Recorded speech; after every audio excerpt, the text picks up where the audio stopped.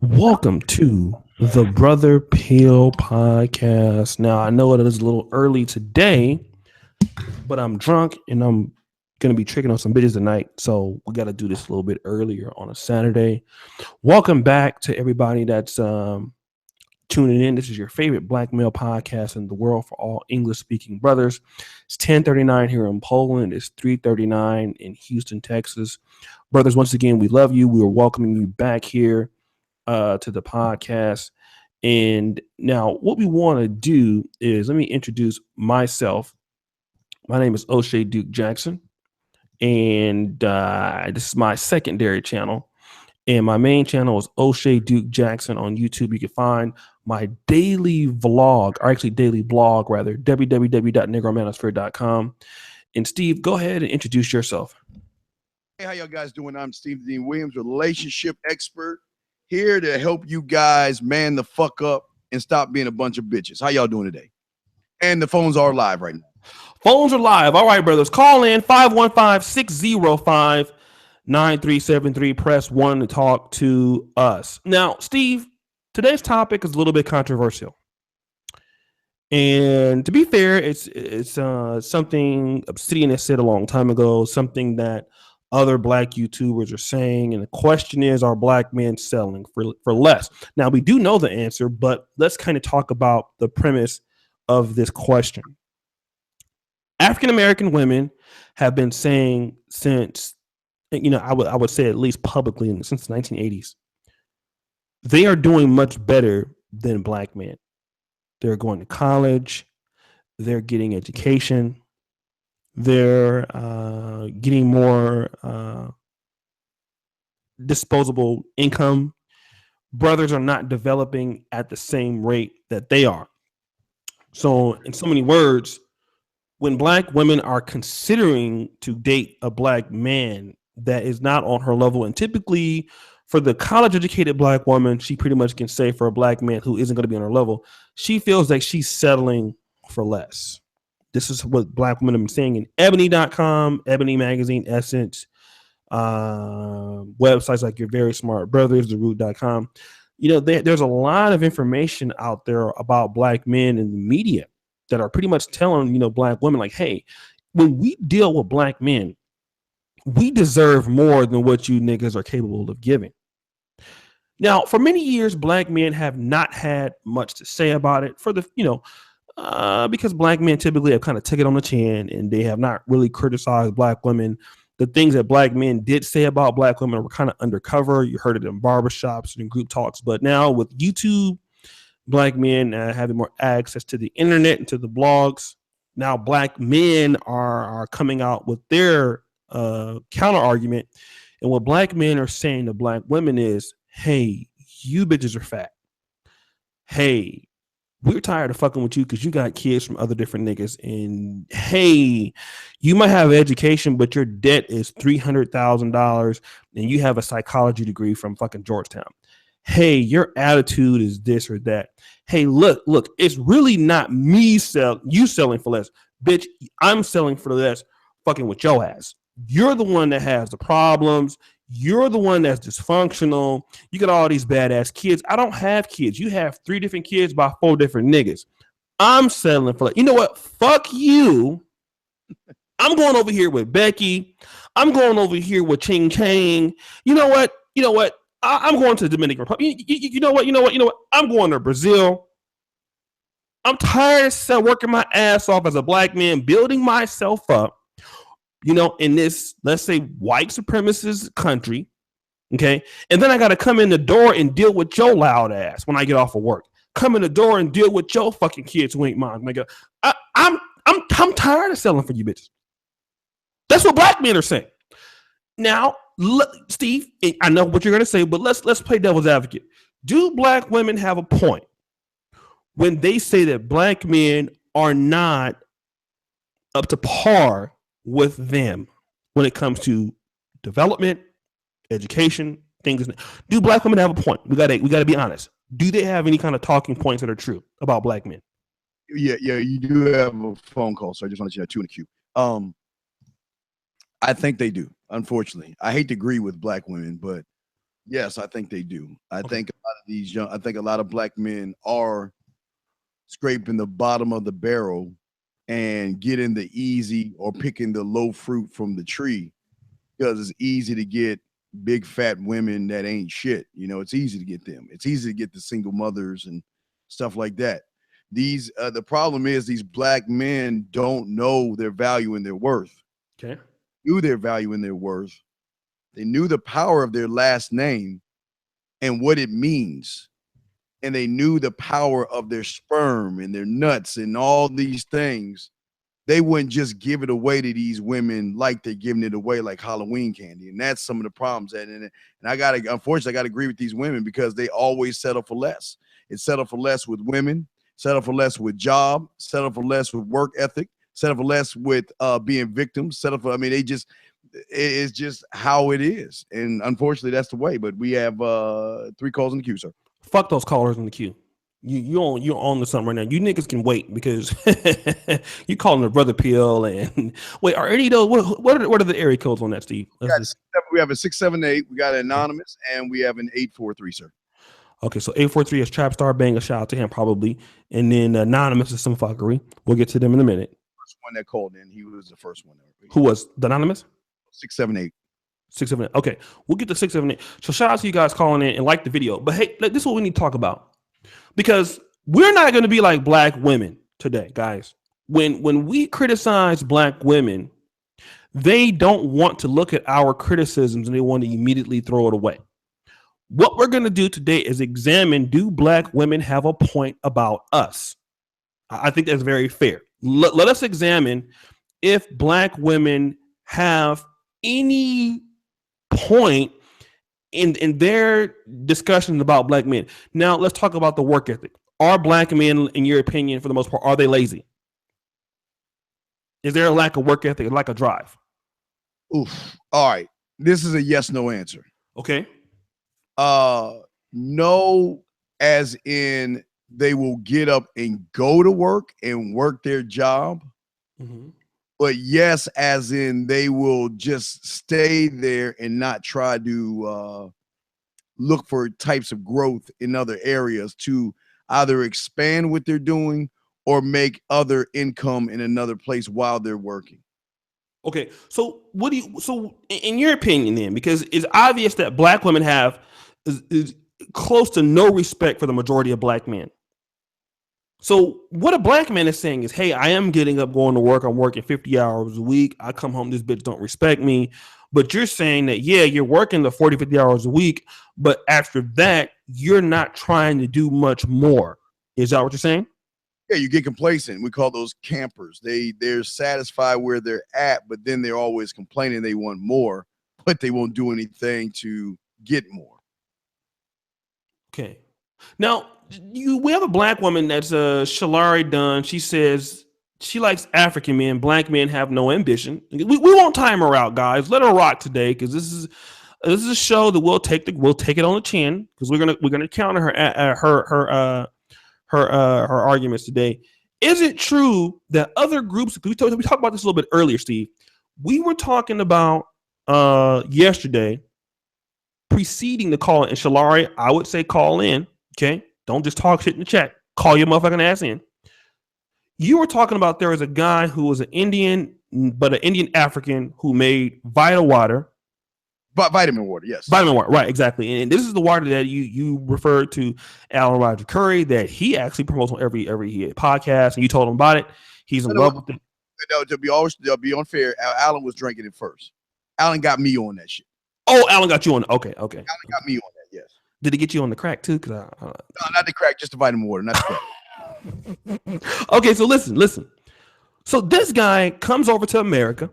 He's as we say, come here with nothing. But this guy is a billionaire. We see other blacks come to this country that are not acclimated to our environment, but somehow they come here, they adapt, they make it, they do very, very well.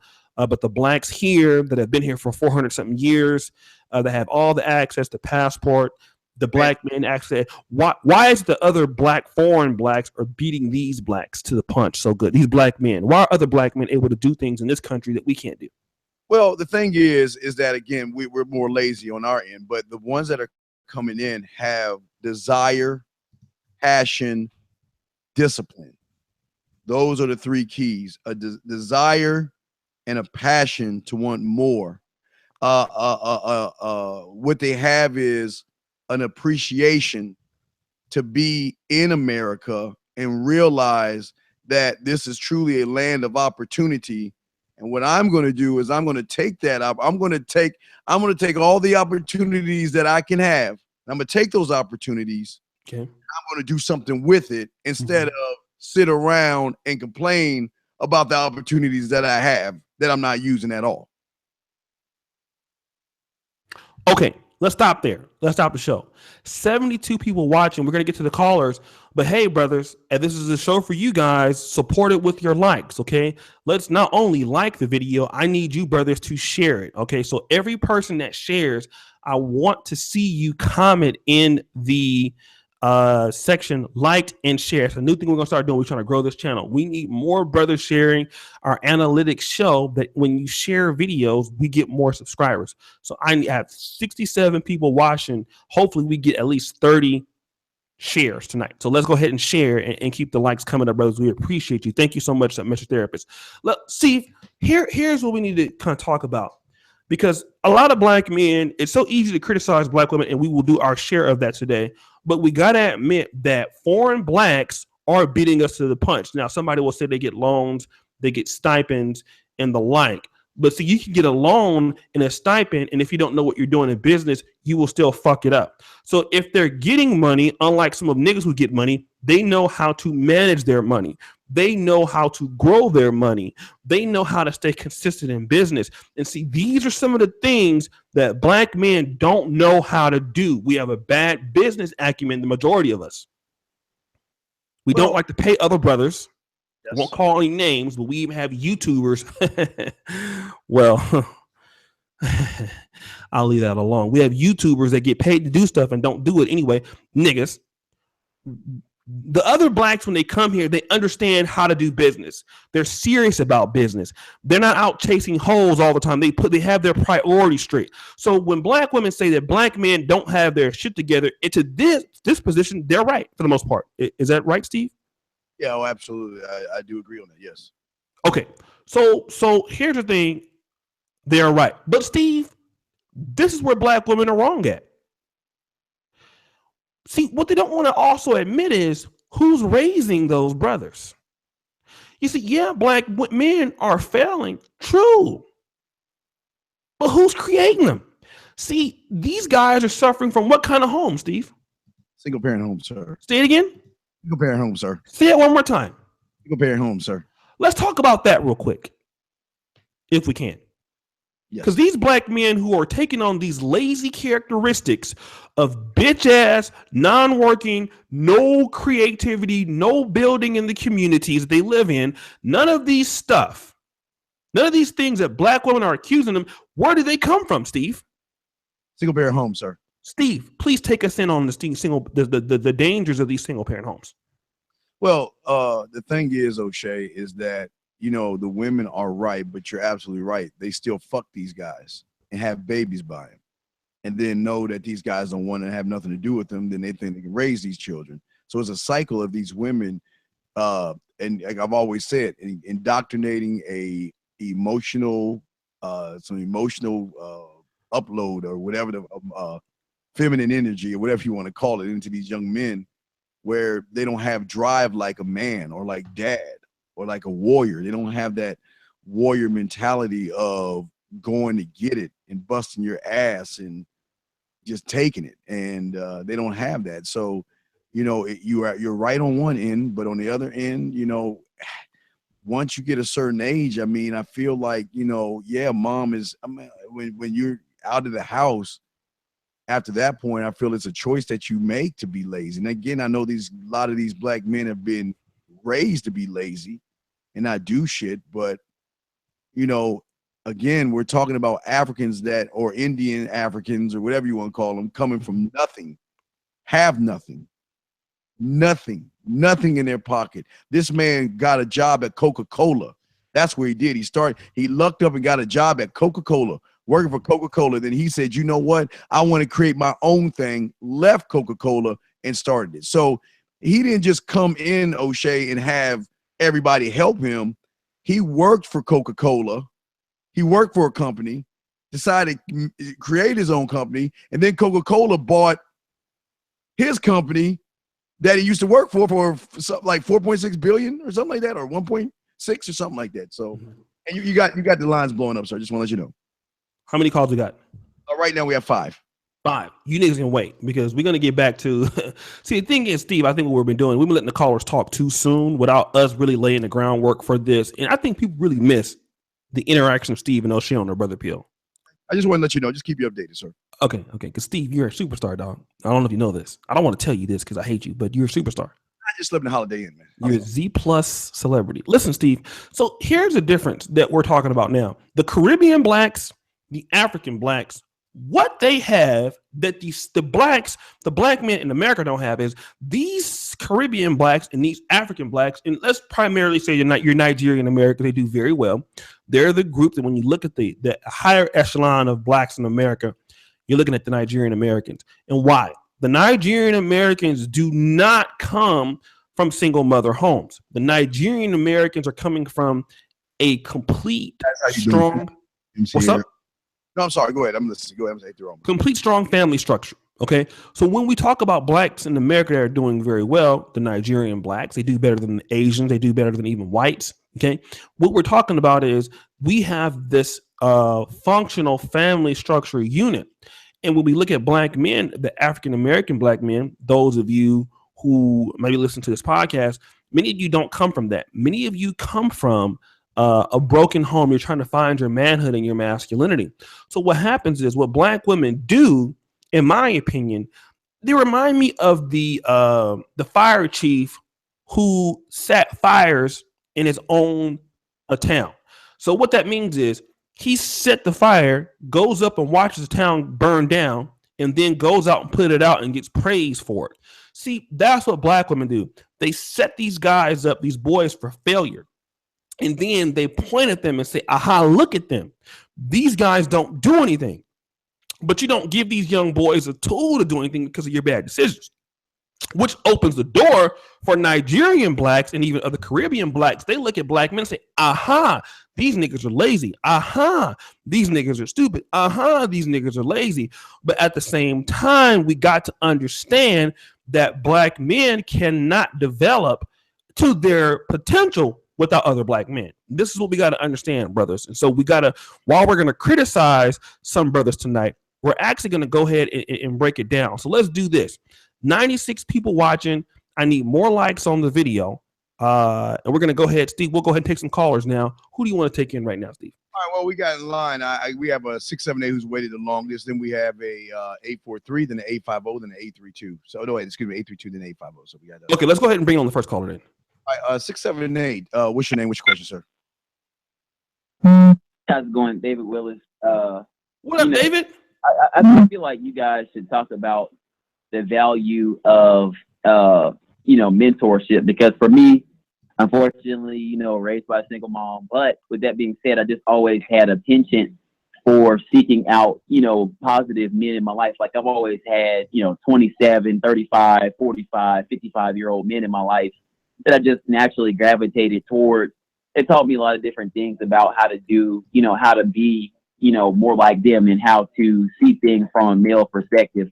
So, my mom always talks about how, my son is in school, he's doing this, that, and that. But in reality, I feel like I learned most of that from like a lot of the men that are in my life. Like I have a mentor that's a white man. He's married to a black woman. Unfortunately, you guys, I know y'all don't like that. But anyway, so this guy is a Alpha Phi Alpha fraternity member. He graduated in 89. But he's really put me on to a lot of things. I've known him since about 2011. And I feel like he has really shown me a lot of things that I otherwise wouldn't have known. So I feel like what you guys should address is definitely the value of looking out for male mentors. Okay, that's a good question. Steve, let's talk about that real quick, okay? We need to address this. And shout out to my man, David Willis, a young brother And actually, he sent me, we won't call this, he sent me an interesting topic that we'll use on the Brother Pill. Young brother doing real well in college, man, in the Atlanta area. You guys, we want to keep that brother uplifted. He's doing a great thing. Let me see here. Wait, hold on a second. Bipod. Shout out to Bipod. Appreciate the content and insight, brother O'Shea and Steve Dean. Maybe Steve could rock for 10 to 20 minutes laying the groundwork before calls. Yeah, I think that's a good idea. That's it. We're gonna start going back and doing that. We were taking calls too quick. Thank you, Bipod. Steve. Yes. Okay, let's talk about that, right? Guys like you, Bipod, Anthony Brian Logan, okay, black conservatives, guys like JJ Redwood. Okay, in the black community, when we were coming up in some of the communities, we were not really looked at as the kind of the cool guys, right? We kind of made it out of black communities on our own somehow, and nobody really helped us a whole lot. I don't know about BIPOC, but I could tell, like myself, I did have people that in my church that tried to look out for me, but I didn't have like anybody to give me kind of the direction that I needed. Once we get out of the black community and we go to the pole ends of the world, the nice suburbs in Houston, other places, we kind of have a bad taste in our mouth about going back to black communities and helping young black men come up when their mothers have made the wrong decisions. Now, do you think that we should be, as black men, should we be going back and mentoring these guys?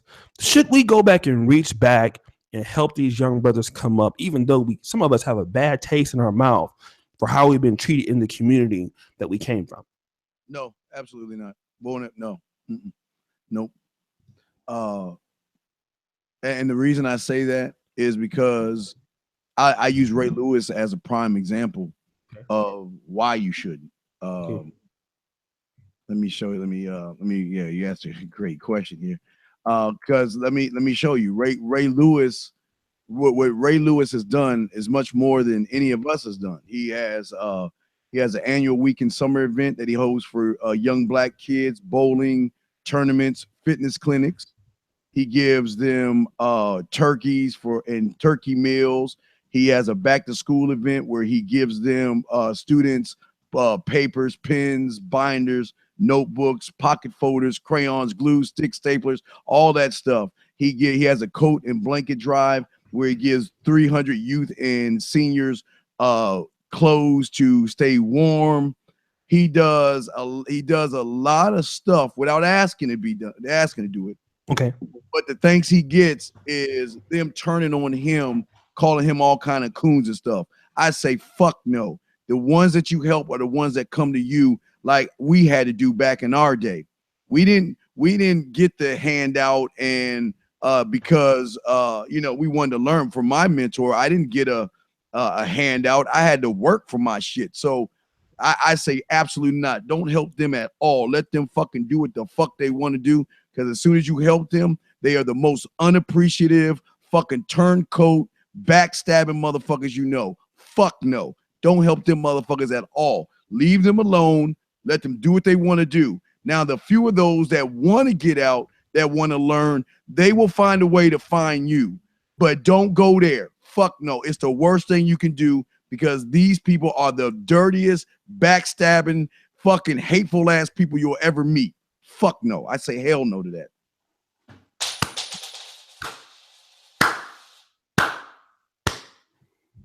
I 1,000% agree. It's one of the few times I 1,000% agree with you, but I have to agree with you. This is what I'm gonna tell you, brothers, right now. And what I have to tell you is disheartening. I'm a person that really cares about the black community. I've took my own money to start the negromanosphere.com because I figured that black men needed that community. But what I'm going to tell you, man, is this. You black men, one of the worst things you can do, brothers, is to go back to a group of people and try to save them. If Jesus can't help them, you can't help them either. You can't. And I think that what's going to end up happening is, as far as mentoring, like Brother David Willis found us, hey, brothers, now I understand the Negro Manosphere and other sites like that, that people, the word will get around. And if brothers need help, you know, we can at least have a site or certain YouTube creators where brothers can come and get this information. But as far as you going back and trying to scoop up people and mentor people, don't do it. Don't do it. Don't deal with those niggas, man. I'm telling you right now, even though I'm in Poland, I can't speak the language. It's still one of the best decisions that I ever made in my life. Let me tell you about me. Back to Steve's comment about, and I'm going to be quick, Steve, about seeking out what you want out of life. This medical school that I'm going to now, nobody came to my door and say, hey, here's the opportunity for you to go to this school. I had to seek it out for 6 months, and I had to pay $4,000 and something like that to secure particular spots, hotels, rent out of my own pension that I had to cash out my 401k to do this. So brothers, anything that you want to do, nobody's going to come out and fucking knock on your door. You want to be a lawyer? You want to be a doctor? You want to be a business owner? If you want it, you got to go out there and fight, nigga. Every fucking day, you got to fight. I'm going to tell you like this, dude. The opportunity is there for you. But if you want it, you got to fight. And some of you niggas who come from these fucking broke-ass communities like we did, now Steve had his dad's lawyer. But me, you know, my dad and mom was kind of back and forth. The where I am now, I had to fight for everything I got. Every day I fight for what I have and to try to do better. Watching YouTube videos, paying for consultations for my website, everything that I do to get better, you got to seek it out. So if you got to seek it out, you don't owe nobody no free fucking information. They got to also seek that shit out. Fuck helping people, because I tell you what, you go back to these black communities and you give help to people who don't want it, you're going to lose your resources, you're going to lose your time, you're going to lose your energy. Fuck helping people who don't want to be helped. Let them find you. Steve is 1,000% fucking right. Let them find you. And if these black women are in here like Shalari feeling like you owe it to them, fuck them. You don't owe them shit. You don't owe black women nothing. You don't owe the black community nothing. You owe it to yourself. Don't owe y'all shit. Don't give them nothing. Don't give them nothing. I don't give a fuck if you're an athlete, if you are a millionaire. You don't owe black people shit. Make them work for it. Because once you give it to them and something happened to you, they don't act like they don't know you. Look at MC Hammer. Fucking Terrell Owens. But like I said, Ray Lewis is a prime example. Ray has done nothing but help black people. Nothing but help black people. And for years, he does this every year, helping young black men, helping young black women, helping seniors. And because they don't agree with what he's saying about one half black, half white person, they call him coons. They turn on him. Fuck them. Yeah, that's why I'm mad at Ray. If I was Ray, I'd be like, fuck all you motherfuckers. I don't need you. And that's the problem. I think we got two women on the line waiting though. But that's the issue, O'Shea. That's the issue. And the Mr. Charles, Juan De La Cruz, I am one of the most successful people in my family. No one has ever reached out to me other than the action for money. I would tell them, fuck them. Yep. So let's bring the call on, Steve. All right, let's bring in, we got 805, then we'll be bringing in 832. Okay. 850, what's your question, sir or ma'am? Is this a woman or a guy? Yes, sir. Can you hear me? Yes, 850. What's up? Okay, well, I just want to expound on, what's up, fellas? But I want to expound on Steve's comment. It seems like in the black community that black women have this attitude that, you know, when it comes to building or anything like that, that y'all get out there and do it. And you know, it's like we're all alone, but see, they don't have a problem going to white universities, working like a dog for white companies, 2 or 3 shifts, you know, working hard for them.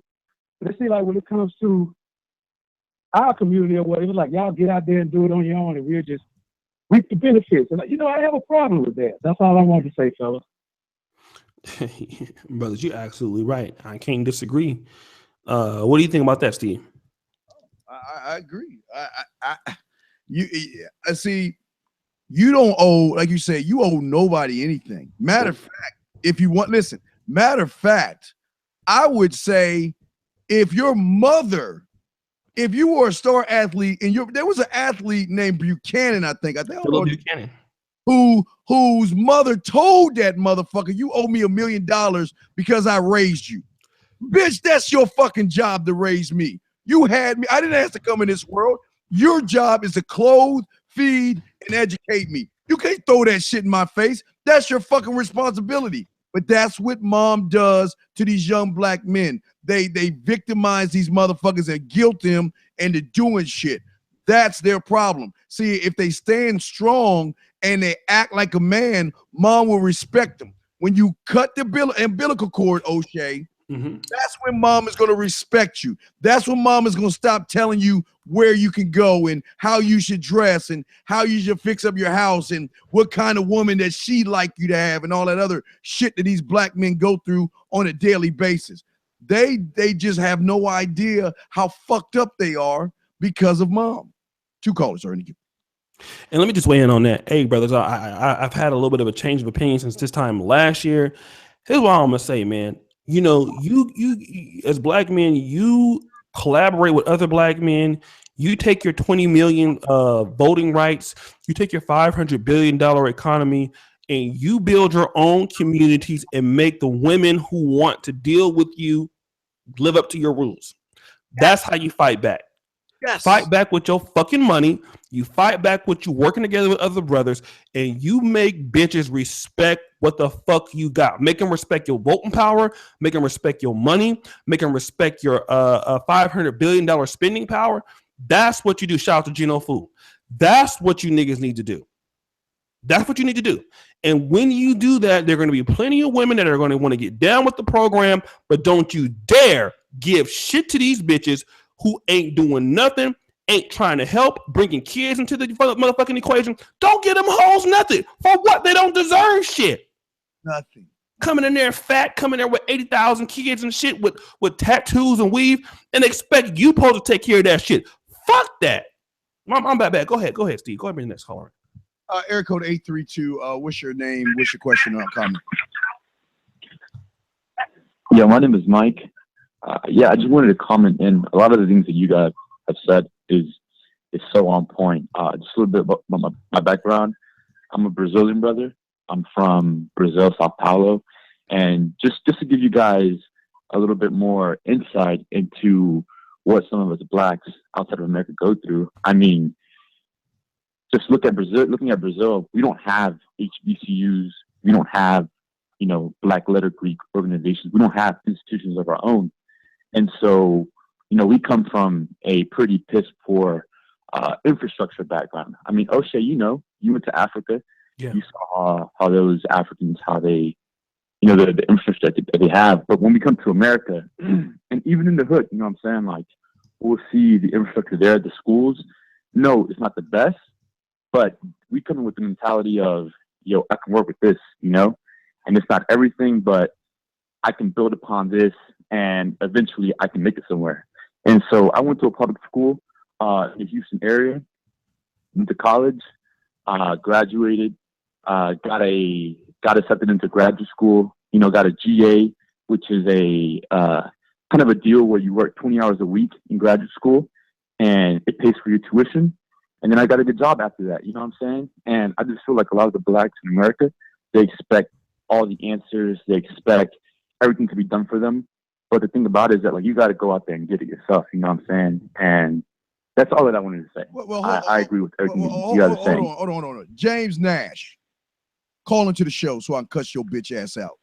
If you to say you the reason why black people should be doing shit for you niggas. You want to sit there and say Ray Lewis ain't shit? You ain't shit, motherfucker.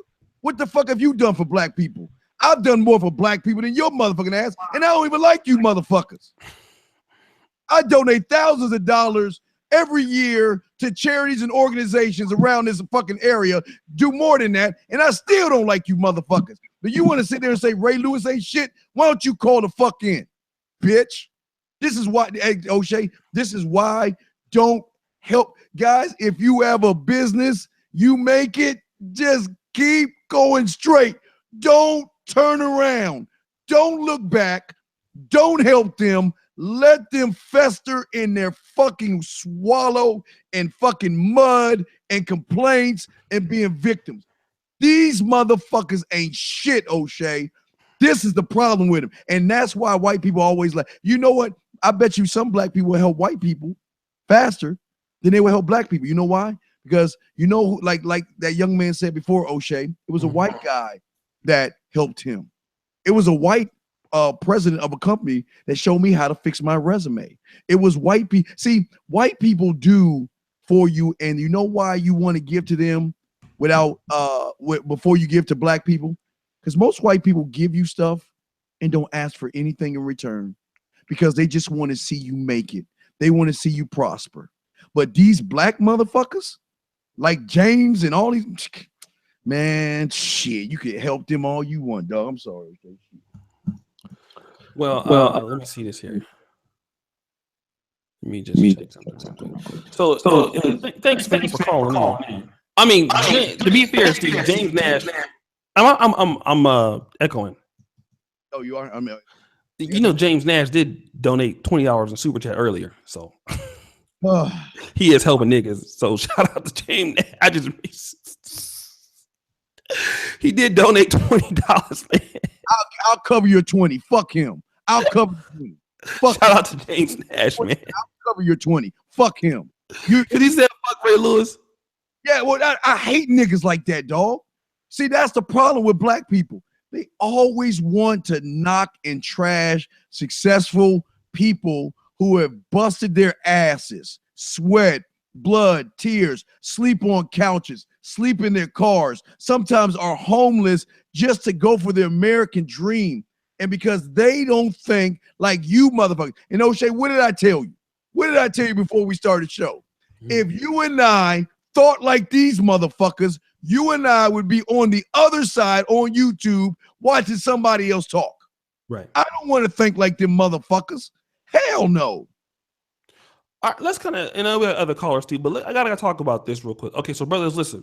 So again, we got to talk to you guys about, and this is a little bit more serious show. We don't have a lot of fuckery going on tonight, and typically I love fuckery. Steve loves fuckery, but this is a serious topic, so we're gonna just really get a good podcast today. Hey, brothers, you got to understand, man, that in this life is difficult, in this life is hard. I understand there's a lack of resources and there's a lack of guidance you can get. But certain things you got to understand is you got to get it for yourself. Nobody's going to help you. You black men who are in this chat, you black men who watch this, I will always tell you guys, become friends on Facebook, man. Add each other on Facebook. I put these chats together, man, on the inbox so you guys can get to know each other. You brothers are all that you have because, black women, for the most part, will sell your ass up the river to keep control. Listen, man, you cannot keep creating or trying to share your money and share your expertise with a group of people who have been praying for your downfall, man. And that's typically what's been happening in these black communities. Get the fuck away from these people. Take your money, get you a white woman. Ooh, I didn't say that. Get you a Mexican woman, get you an African woman, get you a Brazilian woman. Do what you have to do. But brothers, understand that in the United States, you guys got to get off that white supremacy bullshit, man, because you can make it. These other black people that come here, the reason why they can make it, because they ain't on the white supremacist bullshit. The white man got his foot on my neck. Now, if this Brazilian guy can come in and make it, if the African guy is coming to make it, you know why? They ain't worried about white people. White people ain't worried about your motherfucking ass. Get out here, do what you got to do, put in the time, put in the work, okay, to be successful. Be somebody. You're in the greatest country in the world to be some fucking body, okay? Imagine coming up in Nigeria or Uganda or Ghana, and listen, you are in the best place, brother. So you stop all that bullshit, stop all that crying, and get your ass out there and work and do what you need to do. Work 2 jobs, 3 jobs, whatever you got to do to make it. All right, let's take the next caller, brothers. All right, area code 843, you're on. What's your code question, sir? Hey, what's up, O'Shea? What's up, C? It's your boy Zero from Real Talk Live. How y'all doing? It's who? Hello? Yeah, It's who? Hello? Talk live, I think. Yeah, what's the nigga name? Hello? Can you hear me? Yeah, what's your name? It is Zero from Real Talk Live. What's up, y'all? Okay, what up, dog? What you want to say? Oh, no. I just want to say thank you so much for supporting my channel, Real Talk Live, the one on Facebook, Sub-Zero Coffee. I want to say thank you for supporting my channel. I was catching up broadcast earlier. What I want to tag along and say is black men, mostly in black men in the black community, we don't have standards for ourselves when it comes to relationships, when it comes to business mindset, when it comes to building infrastructure, when they're doing anything. We don't have the standards for us. But what we want to do is point the fingers to the white man and complain about what he's doing to us wrong. But yeah, we want never trying to do anything to build our community. Like you were saying, Steve, people are hating on Ray Lewis. Yeah, because he may disagree on what Colin Kaepernick has done by taking the knee. But yeah, he's actually have done a lot of stuff for Baltimore because I have family in Baltimore and they know Ray Lewis personally, and he has done a lot for that community. And a lot of the black people who talk a lot of shit haven't done nothing for the community or trying to do anything to build infrastructure. I'm saying, for us. But we don't have the standards for black men. Now, a lot of the we call niggers out here, they are trumping the good guys who actually do stuff, who's doing stuff for the black community. But we as black men, we don't have the standards, and that's the reason why we are failing our community. Oh, and I agree with you. And the standard, like say O'Shea is right. The standard, unfortunately, is set by mom. But what's important that these young black men need to get, and 504, we'll get you. Let's put you in back. Thank you for 843. 504, we'll get you in a second. But what's important, O'Shea, that these individuals need to know and understand is that we as young men have to be able to push our egos aside and go and look for those who can help you build, whether it is a black man, a Chinese man, or a white man who is willing to give you the information just based off of the fact that you have drive. See, what's going to shock a lot of you guys is that most white men and other races, and there are a few black men out there, will give you information absolutely free and not ask anything of you, but just want to see you take it and progress yourself. That's all they're asking for. But again, one thing you do have to understand about certain white people and those who have money, look, sometimes you got to pay to play, and that's the real deal. And some of you guys choose not to pay to play because you know what? Information that they want to have, sometimes you got to spend thousands to get.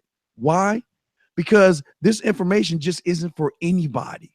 Right. Because if anybody had it, it wouldn't be that important. It wouldn't be that secret. That's the thing that they don't understand, O'Shea. There are pockets of secret societies out there that are built on one premise, and that is building successful people in that community. And they keep their secrets within that community. And if you want to be a part of that community, you're going to have to pay to play. And that's a lot of things a lot of black men don't want to do because they think they know it all, O'Shea. That's the problem. Their egos think, oh, I don't need this shit. Fuck that motherfucker. Fuck that bitch. Or let me get the discount, man. I ain't got it, man. Fuck you. No. That's why you are where you are. You need to stay where you at. Because O'Shea, last thing I want to say is, look, everybody can't be a chief. We need more Indians out there than chiefs. And that's the bottom line. That's real being 1,000, man. Shout out to Paris Williamson. He says, shout out to O'Shea and Steve the Dean. I sure hope everyone is listening to what they're saying because they are not lying. Work hard and build your brand. Thank you. I appreciate you, brothers, man, for the super chat. Love you, brothers, man. Like, again, 160 of you watching, but brothers, you guys know how we do on the channel. Number one, do me a favor. Like the video. 2, share the video for me, okay? And then those of you who listen to this on the restream, like the video, share the video. Now, also, brothers, while we're here, if you have not got the ebook, How to Stop Simping in 24 Hours, what I want you to do is on the replay of the stream, email me, planetoshay@gmail.com. Say, hey, O'Shea, I didn't get it, or go into the description, get all the information. Or if you're in the chat live right now, drop your emails, brothers. I'll get that to you. We're trying to get that to as much as we want for this. Let me kind of just go back to what Sub-Zero Coffee said. Black man with the Liker standard. Steve will weigh in on that. But let's talk about Steve paying to play. Yes. Okay. Let me just use somebody like Steve, for example. You guys know that me and Steve have been doing radio shows since around March. Now, when Steve contacted me, I knew who he was. I sent him a friend request because I knew of him, but I didn't know him personally. But you know what he told me the other day? He said, man, dude, our chemistry is so good on the show and your audience is so supportive. He said, man, I would have been willing to pay to get onto your show. Absolutely. No doubt. Yes. Now, here's the thing. I never did charge Steve, right? But here's the thing. He said I would have been willing to pay. Now, see, that's the difference. Now, here's the thing. Look at the negromanosphere.com. And some of you like Wake the Hell Up, because Wake the Hell Up has been following me, I think, longer than anybody on the channel. He was there when I had like 300 subscribers. In fact, it was Wake the Hell Up. Oh, he wants to come on a little bit later. I forgot about Wake the Hell Up. I'm gonna send you a link, Wake the Hell Up, to the show.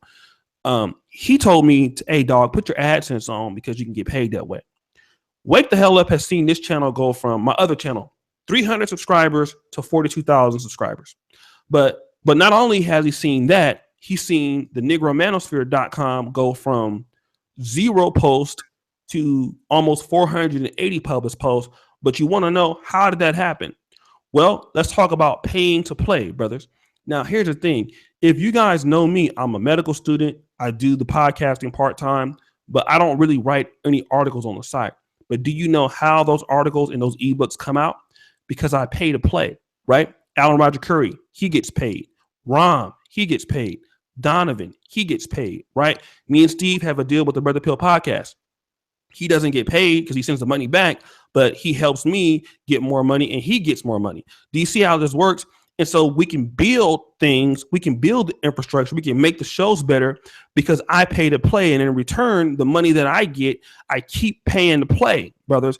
And you cannot evolve in this life with the nigga mentality of not wanting to pay people.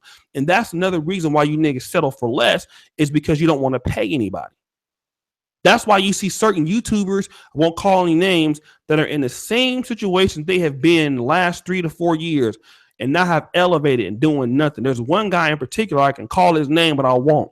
And that guy has been pretty much saying the same thing and been on the same kind of platform for over 2 years. There's at least more than one, because these guys are cheap. They don't pay anybody. And that's why you niggas don't get anywhere, because you don't want to pay to play. White people understand that. Jewish men understand that. Everybody understands that except for some of y'all. And if you want to get further in life, you want to expand, you're going to have to buy a course sometimes. You're going to have to go to a conference sometimes. There's sometimes you got to move to different places and do shit to get to different people, dog. Let me just tell you what I'm saying. When I came to Poland, I would have never done this, what I'm doing right now, because I had to pay to play to get into this school. So I would have never started YouTubing. I wouldn't have never met Steve the Dean. I wouldn't have never had the nigger minister. I was still being back home doing shit, but this shit forced me to get my shit together. And when I got some more money, I was able to reach out and do things, and then people find you. But that's your problem. And Gino Fu, he been following me since Facebook. He knew me before I was a YouTuber. You know what I mean? And you guys got to understand that, dude, people understand this, but you. You know what I mean? You niggas don't want to invest in yourself. You want to make as much money as you can, but you don't want to, make your business better. You don't want to make yourself better. You don't want to go to these conferences. Dude, do you know that a lot of these guys go to conferences, pay $1,500, not necessarily for the information, but to meet different people there? You know what I mean? That's the problem that we have, man. You know, have anybody heard of John Chow? John Chow, the famous blogger, go check his channel out. See how much his conferences cost to go to the course. $4,000 or $5,000. Do you think people pay to do that? Yes. Those millionaires in the making in that room. They get together, they network, they talk, they brainstorm. But we don't do that. And that's why you settle for less, because you don't want to invest in your fucking self. My bad, Steve. Let's bring the other caller on. Real quick, before 504, before we bring you in, I want to say this. We have, I want to ask this, and I know I doubt we'll have a lot of people. I want to ask this because I'm going to connect a dot. We have 176 people in right now. How many out of the 176 watch Shark Tank this week? How many of y'all watch Shark Tank? How many of y'all watched it? And let me explain something to you. They got a guy on Shark Tank named Kevin O'Leary, O'Shea, to have him go to a speaking engagement, just to have him come to your event. is $40,000.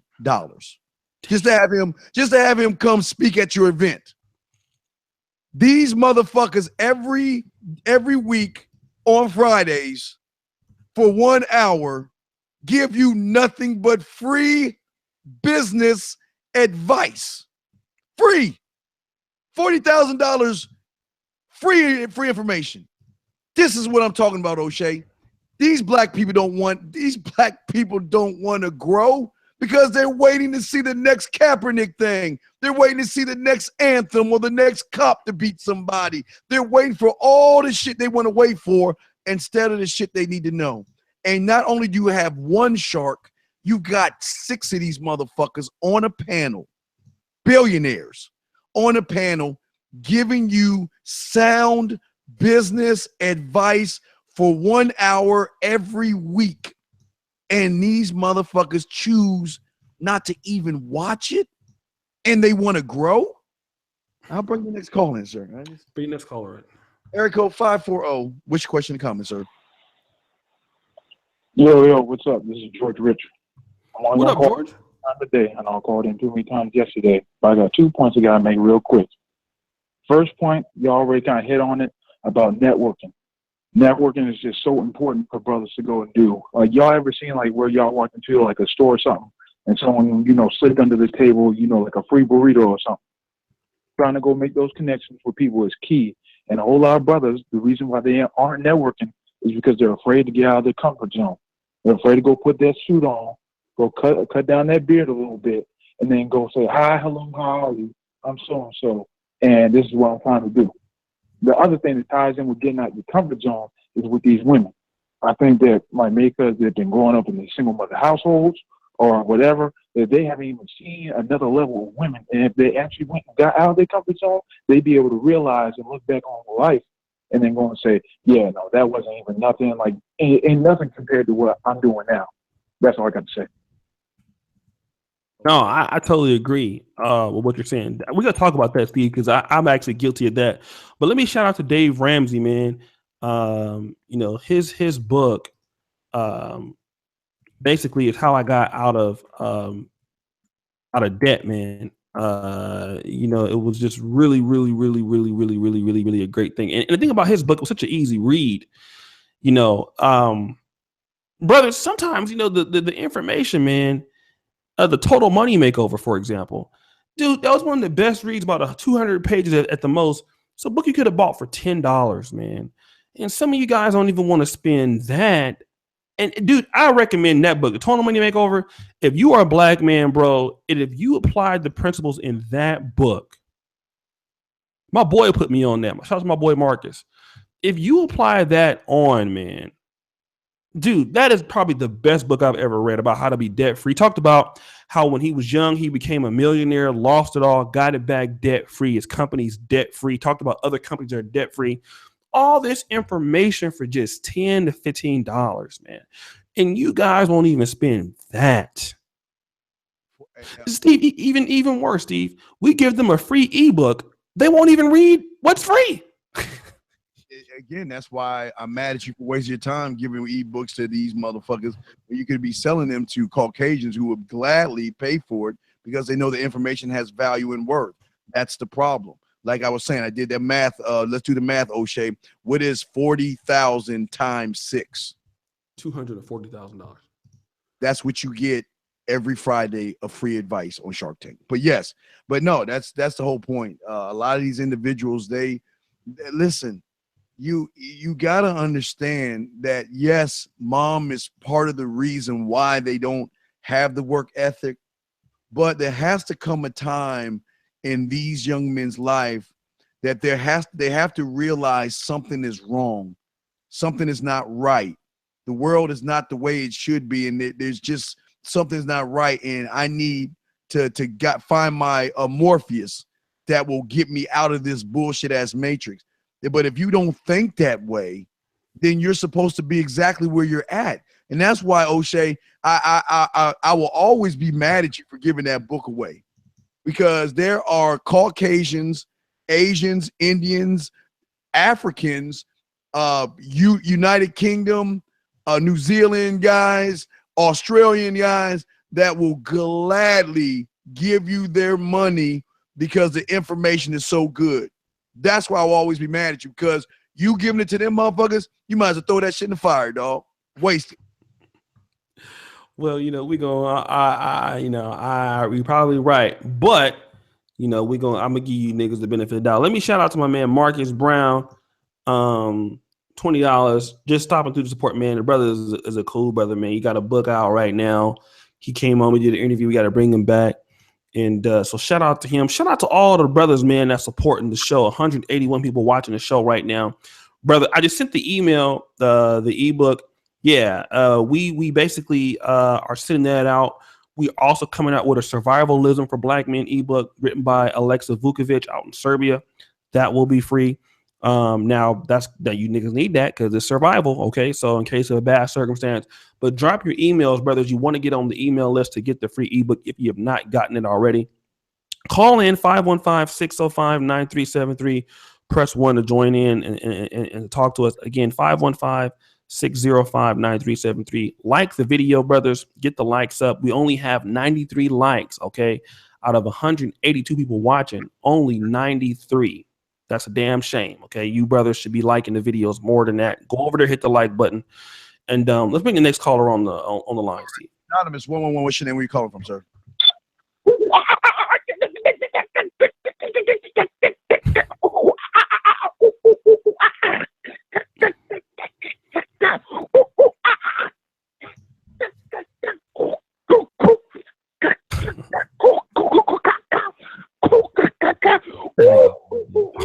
Wait, one day he's talking to Monkey. He was asking about the nearest, he heard there was discounts on bananas, and he wanted to know, O'Shea, if you wanted one or two of those discounted bananas. That's all. I know Monkey. Hold on a second. Let me go ahead and let's see. Hey, you're suffering from the band effect, Mozart. Boot. All right. You have two calls in the queue, sir. Go ahead and bring the call in. Okay, area code 214. Okay. Bring in 214. Hey, what's going on? What's going on, man? How can we help you today? Oh man, I just wanted to chime in. I got my son with my man Fox house today. It's his dad's birthday, and I had to catch up with watching y'all good show. And I was like, man, I'm glad you brought this subject up. I'm Jermaine, by the way. I always call him. I'm O'Shea's Facebook friend. Oh, what up, Jermaine? Okay, I remember you. Yeah. And I wanted to chime in. I just feel like a lot of men have a poverty mindset. Like, how we always talk, how you guys always talk about the whole single mother thing, and how they just don't they bring their children up in poverty, and a lot of these boys get raised up in single parent homes and everything like that. So they don't really have anything to aspire to be left with, and before you know it, they're just out here doing the things that Steve would put them in slave land for. So, as far as that's concerned, I just feel like, as far as I'm concerned, I just feel like it's just a poverty mindset. Men don't know how to be men because they haven't seen too many men have those opportunities to be what they're supposed to be. Yeah, but 214. Let me ask you a question, sir. Are you telling me that if you know something? There used to be a show called Lifestyles of the Rich and Famous, or you see rappers walk around with luxury yachts, and some of that stuff is there. Some is fake. We know that, but some like MTV Cribs or things where they show you their house. You're telling me when you're a young black man that living, eating ramen noodles or whatever, or not having a meal, you see that. There's nothing that kicks inside you, not you, I'm saying, but a black man that kicks inside of them and says, you know what? I want that. And the only way I can have that is find someone like that who is willing to give me the information to be like that. Isn't that just common sense? I mean, you're right. It makes a lot of sense in the world. The problem is getting in contact with those people, and some of the people that you grow up idolizing and looking to, they don't necessarily show us how they go about becoming as successful as they are. So a lot of times, without a father figure, you go out there and you bump your head a lot, and you just try to figure it all out because I'm kind of the same way. I had to go out and figure out a lot by myself. So I come across young guys these days, and they like, man, how you do so and so and this and that. It's not that they don't want the information; they're looking to see, and half the time they end up just seeing each other. Like, man, how I do so and so? How I'm supposed to get this done? And they want help, but they don't know where to go get it. And the people they want to go get it from, they see them on TV and everything. They can't necessarily reach those people, so who they have to look up to. Well, they need to get out of their area. O'Shea, what is your take on that? You got anything on that, sir? Not really. I think he's telling the truth. I agree with what he's saying. All right. Well, thank you, 214. We appreciate the call. O'Shea, you got 2 more in the queue, sir. All right. Let me kind of also talk about what Kelvin Latson saying. Kelvin Latson is saying, I thought O'Shea was about rebuilding the black family, but I'm hearing some like MGTOW type talk. Here's the thing about, some of you guys who don't understand the English language. The importance of the black family is correct. The importance, though, of black men forcing people to get with their program is even more correct. And see, the thing is, you brothers cannot get out here and bust your ass. And when feminism is like it is, and with the laws are like it is, and you go out and just give these chicks, when they're not acting like beautiful women, they're not acting like great women, and you reward them for their fuckery. What you should do, if you're going to deal with African-American women, then what you do is you force them to get to your program. You force them to live up to what you want them to live up to. You see, and that's what you guys don't do. You don't make women live up to a certain standard. And Steve says all the time. So this is the reason why you guys need to understand that, what you brothers are doing is pretty much not holding them accountable, wanting to build for the black community and just giving them to them. They're not going to respect you. Do you know what happens when you give niggas shit that don't, like, for example, let me just talk about this. In my neighborhood of Del Paso Heights, there was the Sacramento Kings came into this neighborhood, and what they did, they built this nice playground. Now, the community we've been there 20 years, playground was worthless, worth the fuck. These people could not get the money to raise the money to build their own playground. So the Kings came in and built a new hoop court. Now, what's going to happen is since they got that, these people are not going to appreciate it. They didn't put nothing into it. So they'll get a court in it, but then like 6-7 years, they'll tear it back down. Why? They didn't have to work for it, right? When you give women stuff and they don't have to earn it, they don't appreciate it. So if you go out and get educated and you go back to the black community and just build the community for black women, they don't have to earn it. Make the motherfuckers work for shit. Don't just give it to any woman you get with, make her work for it. So I tell you guys, don't, make women live up to your standards. If you don't like weave, you don't like women being fat, then you take your dick off the table, you take your money off the table and go to a group of women who are going to get with your program. If they're black, if they're white, if they're Mexican, if they're Asian, you make black women compete.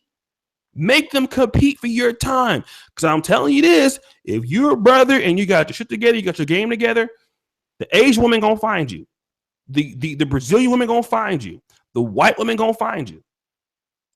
If you don't make black women compete with the rest of these chicks, they're not gonna appreciate it.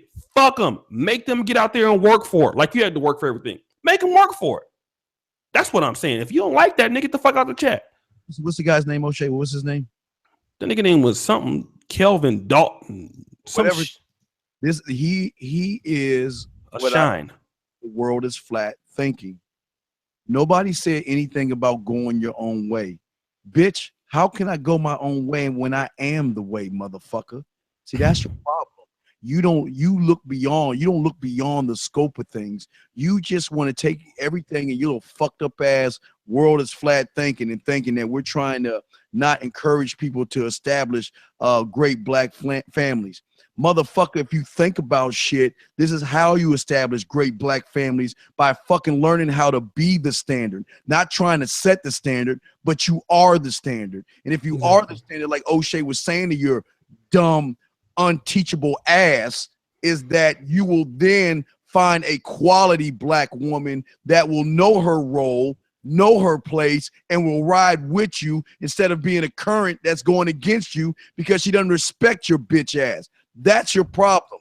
We are no fucking Met-Towels going our own way because we are the way as fucking men. I'm sorry, O'Shea. No, it's true. And like I said, when you guys call into the Brother Pill, right? You guys understand, and it is no offense to any other show on Black Male YouTube. But do you know why me and Steve's show is so good? Because there's a high quality of standard, there's a certain level of content, there's a certain level of continuity, there's a higher level of professionalism with the Brother Pill podcast. That's why a lot of people love this show. That's why even on this channel, it's going to always get 200, 250 people watching because there's a level of standard on this show. It's a level of fuckery on this show. It's hard to replicate. That's why people watch this shit more than they watch Netflix, because we are the standard when it comes to fucking live shows on Black YouTube. That's why people love this fucking podcast. And see, that's the thing, brothers. You got to be the motherfucking standard. And if the women don't want to going up to their standard, then that's, if you notice, I'm sorry, Steve, I don't even talk shit about black women like in my individual videos. If you guys notice that, you'll never hear me make a video about black women anymore individually. I will never make a video talking about black women or addressing them. The reason why is it's not worth my time. I'll mention them in certain cases. Shout out to Daniel Simmons. I'll read that in a minute. I'll research it in certain cases, like a topic like this. We might talk about black women here and there, but the reason why I don't talk about black women is because really, I'm not focused on the ones of them that I don't like. The ghetto ones, the ones that got kids and all that shit. I don't fuck with them. No way. There's no way in hell I'm gonna fuck with them. So I don't talk about them. I'm not worried about them. Do you know why? They can't even get with me. And I'm an ugly nigga and they can't. Most of them, they ain't got a chance. They ain't got a chance. I'm a kind of nigga I can fly you to Poland and have you housed up, living like a motherfucker. I can send your ass back. That's the kind of nigga I can be. I know what I'm working with. You know what I'm saying? And see, you brothers got to be like that. You guys got to stop focusing on these hoes that you don't want. You got certain YouTubers on here. All they talk about is the bitches that they don't want. Black women are too fat. Black women are black women. Why are you worried about them, dog? Worry about your standard and the women that you make compete with you. Let those women that you don't want, let them die. Let them destroy themselves. Let them fuck themselves over. Let them corrupt themselves. You're not gonna be over there with them no way. You know, you're not gonna be dealing with them bitches. You ain't gonna be going where they at. If they want to go over there and get shot by Pookie and Ray Ray and be getting fucked on by Pookie, let them. Why are you worried about it? Ain't your concern? Why should you care? Who gives a fuck? As long as you're doing what you're supposed to do, you ain't gonna be messing with them no way. She can't even fuck with you, nigga. She can't even suck your dick if she wanted to, because she can't even get close to you. She can't be nowhere where you at.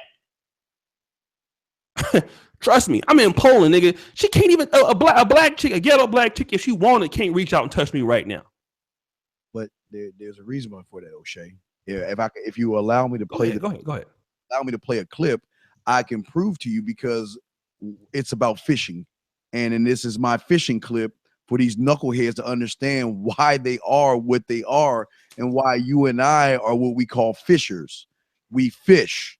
And this clip is going to explain it. Do you mind if I play this, sir? Go ahead and play it. All right, listen to this. Do you fish? No. You know, people who don't fish think that fishing is lazy or boring, but it is the complete opposite. There are 100 little decisions to be made, variables to be considered, and you're never quite sure what made the difference. Did I cast too high, too far to the left? Did I reel it in too slow or too fast? Is the lure too shiny or too dull? Do I stay here or should I go over there? And you know it's not luck, but you do not know by how much. People are predictable, unchanging, monotonous. They use the same language, they offer the same excuses, they make the same mistakes. People are endlessly disappointing because you hope they won't be. This was all predictable, all disappointing. This is why I am fishing, because I am never disappointed out here, because I don't expect anything, because anything is possible. I can be hopeful out here, even in failure. Because I know if I just go out there around that tree, it might be different. Something might change. You see that, O'Shea? Mhm. That's what they are. You listen, we cannot stop the fools from being fools. They will always be fools, and that's why we need fools, because you know what? Fools make the world go round, because fools are the ones who are suckers to whatever the news tells them, or whatever the internet tells them, or whatever mom tells them. That's why they can't be successful, because they choose to be foolish instead of learning. Their teachability is so low that they don't even deserve these fucking Peel podcasts. These motherfuckers should just whittle away and go away. You got 2 calls, sir, in the queue. Hold on a second. Shout out to my man Daniel Simmons, man. That's a brother out there that's building a business in Ghana, man. Like, subscribe to his channel. Brother's poverty is one nut away. Time and energy is money. Don't waste it. Check out his channel, man. I just subscribed to him. This dude is building a business in Ghana from the ground up. Okay. These are the kind of brothers, man, that you guys have access to over here in this small segment of YouTube. There are brothers over here, man. We have dudes that are pathologists. I have dudes who are federal judges that follow me, dudes who are attorneys. I mean, some of them can't say that they follow me and fuck like that. I have dudes that are federal security, so federal judges, man. Dudes that have $1 million businesses that want to see black men do better. And just to be over here in the podcast, these guys are commenting all the time. And you see these dudes that super chat. These guys got money. These guys do this regularly. You know, dudes who truck drive. Shout out to my man Gino Food, $20. He's a big time dude too. I ain't gonna tell you what he does, but this, you know, listen, brothers, you guys got to get on this shit. All right, let's go to the next caller real quick.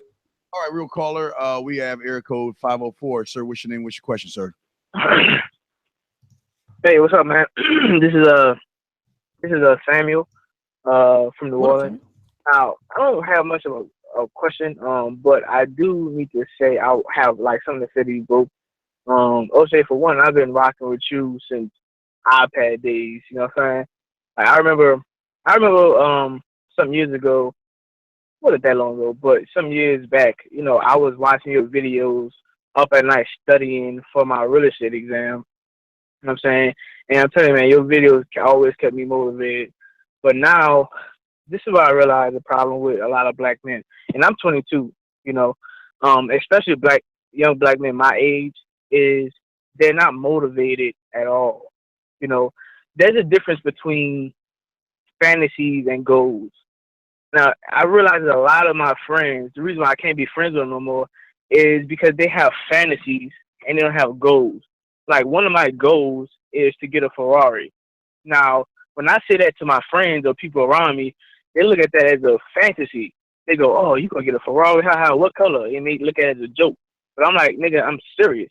You know what I'm saying? This is what I'm going to do, and these are the steps that I'm going to do to get this Ferrari. I told one of my other friends, I said, man, look, I'm about to learn Chinese, and one day I'm going to be an international businessman. I'm going to be going around the world, and I'm going to be networking with people from different countries to build a global empire. And they looked at it as like a joke. You know what I'm saying? Like, what you think you going to be, like Bill Gates or something like that? They look at it as a joke, like it's a fantasy. You know what I'm saying?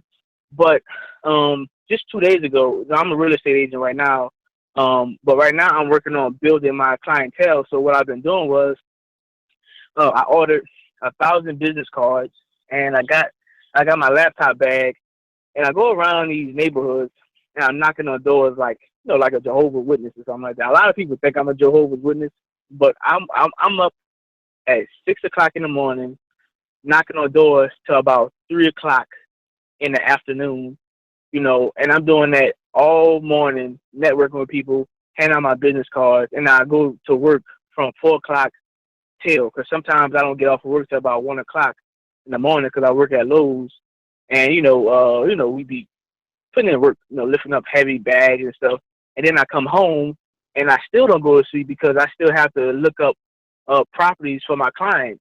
So a lot of times I don't get no sleep at all, and I told this to one of my co-workers, and they called me crazy. They like, nigga, you tripping, man. I could never be doing that. You get up at 6 o'clock in the morning? I'm like, yes. Because I want the Ferrari. This ain't no joke to me, man. This ain't no game. This ain't no fantasy. I'm really going to be whipping that Ferrari. You know what I'm saying? I'm willing to do what it takes to get that Ferrari. If that means I got to go 2 days without sleep, then I'm going to go 2 days without sleep. You know what I'm saying? But a lot of my friends that I can't mess with no more, all they want to do is smoke weed and talk about what could be, talk about like what Steve was talking about Colin Kaepernick. Look, man, the message behind Colin Kaepernick, I get it. But at the end of the day, you taking the knee and putting up the Black Power fist ain't going to stop niggas from getting locked up and getting shot in the street. That ain't going to do nothing. You know what I'm saying? We got to actually put in work and get our comfort zone and make something happen. You know, I remember the first time I knocked on the door to hand out my business card. Man, I went to the Goodwill and I went and got some 50-cent ties, $2, button-down shirts. You know, I even, my mom saw me struggling to get some pants. My mom bought me some pants from Walmart. I was like, Sam, I see you I see you working hard. Let me help you out and buy you a few pants. So I'm up here with this Goodwill tie on, Goodwill button down, and these slacks from Walmart. And I'm driving my pop's truck. You know what I'm saying? I'm sitting in front of this house, the first house I was getting ready to knock on. And I remember, man, I'm pacing back and forth in front of this dude's house because I'm like so struck with fear. You know what I'm saying? It felt like I was about to jump off of a cliff. That's how scared I was to just knock on this first door, and I'm like, what if he reject me? What if he call the police? I'm a black man. I'm knocking on the door. What if they don't like me? What if he throw my card in my face? And all these negative thoughts was going through my head, and I ended up getting in the truck and I ended up leaving. But something told me, it was like, nigga, stop being a bitch, man. Like, and I had to make a U-turn, and I pulled up in front of the dude's house, and I just walked towards the front of his house. And that walk felt like the longest walk ever. You know what I'm saying? But I just kept walking, walked up the stairs, knocked on the door. Some white guy opened up the door. My voice was shaky. I'm, telling him what I do. I'm nervous as fuck, still shaky voice. And I handed my business card. He said, okay, well, all right, I'll take a look at it. Good luck, man. By the way, he closed the door. I never got a phone call from him, but it was just a little more weight that was off my chest because I actually got out that comfort zone. And after that, now it's nothing to knock on doors. I've been knocking on doors. I'm cool with the security guard at a gated community now, and he let me in. And I'm just knocking on $1 million millionaires, knocking on their doors, handing them my business card, saying, if you want to invest, give me a call. I can help you out. You know what I'm saying? But it all started from that one door, and I had to get off my comfort zone. All right, 504. There's a few things. Well, yeah. O'Shea, do you want to say something? Because there's a few things I want to say to the young man. You want to go first, O'Shea? Go ahead. Okay, Go ahead. I'm listening. Okay, there's three things I want to say to you. Okay, there's three things. My first question: do you have PayPal? Yeah, I have a PayPal. Okay. All right. The first thing I want. Okay, I'll tell you about that in a second. Now, there's three things I want you to do. Okay. Number one, I want you to get rid of all of your friends who are negative, because you remember, you got to understand this. You are a percentage of the people that you hang out with, even though you don't notice it. And any negative energy that you're getting from your friends can kind of rub off on you. And sometimes you don't even know it, but it can happen. That's number one. Number two is what I want you to do is I love the fact that you want the Ferrari and make that the goal.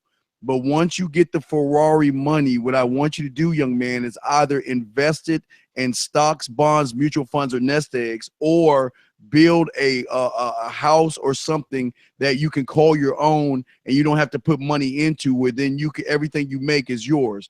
And the third thing I want you to do is if you're in those neighborhoods, start to go to bars and clubs, really bars around happy hour time, or try to find white individuals that are successful in what you're doing, and buy them a beer. The reason I say that is because once you friend people that's in your field and they trust you, what will happen is if they have too many clients and they have too many people, what they will do is they will throw you some crumbs, and those crumbs can be a lot of money for you, young man. Okay, so what I want you to do is look for some white people that are into this, that are friendly.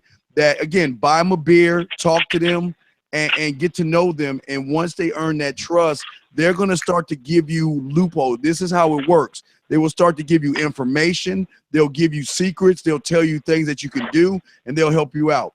But the reason I asked for your PayPal, young man, is there a Kohl's by you? Do you go to, you know what Kohl's is? Is there a Kohl's where you live out there? Yeah. I have a Kohl's. All right, what I want you to do is I want you to go to Kohl's if you can today or tomorrow, and I want you to find a pair of slacks, a belt, and a tie. Okay, find that. I want you to send me a message on the Man Mindset. I want you to take photos of this shit. Now, I'm not gonna spend too much on you. Okay. But I want you to find that. All right. And let me know, and I will PayPal you the money so you can purchase it, so you can go out there, because this is the stuff that I love, and this is stuff I appreciate from young black men. I love your drive. I love your determination, and I love your passion for not sleeping, because there are no sleeping days. And sometimes I know it's hard and it's tough, and sometimes you need somebody out there to tell you, hey man, I love you. You're doing good. Keep fighting. I know it's going to be hard. And that's what I'm saying for you, young man. I love what you're doing, and I'm serious. Go to Kohl's, find a pair of slacks, find a nice tie and a shirt. Don't get too expensive on my motherfucking monkey ass, but find something, okay? All right, man. Find something. You take the photos. You send me you go to the Man Mindset. Make sure in your subject you put your phone number in there so I know it's you, and then put your PayPal information in, and I will send you the money so you can go to Kohl's and buy that, so you can look. Now, I'm not saying you're not looking presentable, but I just want you to look a little more presentable when you go out there, because again, it's not about what you say, it's also your presentation when you're dealing with these individuals, okay? But I got your back. I love what you're doing. I appreciate you. And I just ask, if you do that, I will send you the money absolutely free, so you can get your slacks, your shirt, and a tie. So when you go out there and hustle like you're doing, you do it correctly. O'Shea, it's yours, man. What's up? Yeah, I'll second that, Steve. I want in on the PayPal stuff too. So if he shows the receipts and all he needs to do, yeah, well, I'm in it too. Just send me the information, dog, and me and Steve got the you got our work. I don't know you, man, but I got nothing but love for, man. When you talked about not sleeping and you talked about that drive, man, it gave me goosebumps, and that's the shit. As a black man, I want to support you, man. I can feel the drive in you, and I know sometimes you don't have people that you can talk to, sometimes it's hard and sometimes you get knocked down. But listen to me, anytime that you feel that you need to talk or you need a punch in your chest, I will give you my number as well, where you can call me, say, Uncle Steve, it's been a hard day out there, and I will guide you absolutely free the best way I can, because I want to see you make it, man. I am truly, truly proud of you, man. It's an honor for myself, and I'm sure O'Shea, man, to talk to you right now, young man. It is a privilege for us. So please do that for me, man. And as soon as you give me that PayPal, I will pay for that outfit for you. And I want a picture of that shit too, motherfucker, so we can show everybody. Look, we don't hate we don't hate everybody. We love, hey dog, I love you, man. I don't even know you, but no homo, but I love you, dog. I love your work ethic and your drive. Right. And I want to support you, young man, the best way I can. So please go to Kohl's. Now don't get greedy on my motherfucking ass, but nigga, don't be, you know how much shit costs, nigga. Don't be getting monkeys on my ass. I'll see the slave land. All right, but take care of it, okay? We got you, man. We love you. All right. You too, man. And Steve, and forward that. And let me tell you this, because you know what? And this is the reason why now I don't like to brag. There was a brother, man, who had got his phone cut off. And the brothers had supported me. And I was actually able to send that guy money to pay his phone bill. That's just stuff I don't really talk about a lot, but stuff like this, man, it makes us great to give back, because you guys give us, we give you, and we help other brothers. And this is what's so important, man. Think about this. If we didn't have this podcast up, now we do have the fuckery going down. No, we like to cuss niggas out over here. We like the fuckery. We love the roast. But just think of this, man. This is what black men are needing. Do you see this? You see how people find you? This guy calling in because he needs some help. He asks for an outfit, but he needs to be in a situation where there are other brothers that he can relate to that had that same drive. This is why black men, these YouTube channels are important. This is why the relationships you form are important. This is why the Negro Manosphere and other websites like it and forums, Save Yourself Black Men. That's why it's important. Because let me tell you something. You never know that brothers like this. Shout out to Loyalty. Put this on for those church shirts and pants, bro.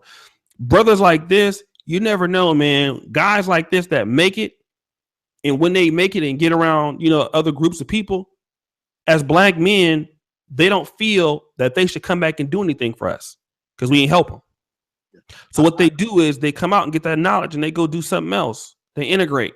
They say, fuck us. We need to be keeping our talent that we have, because you never know when somebody, I'm going to tell you like this.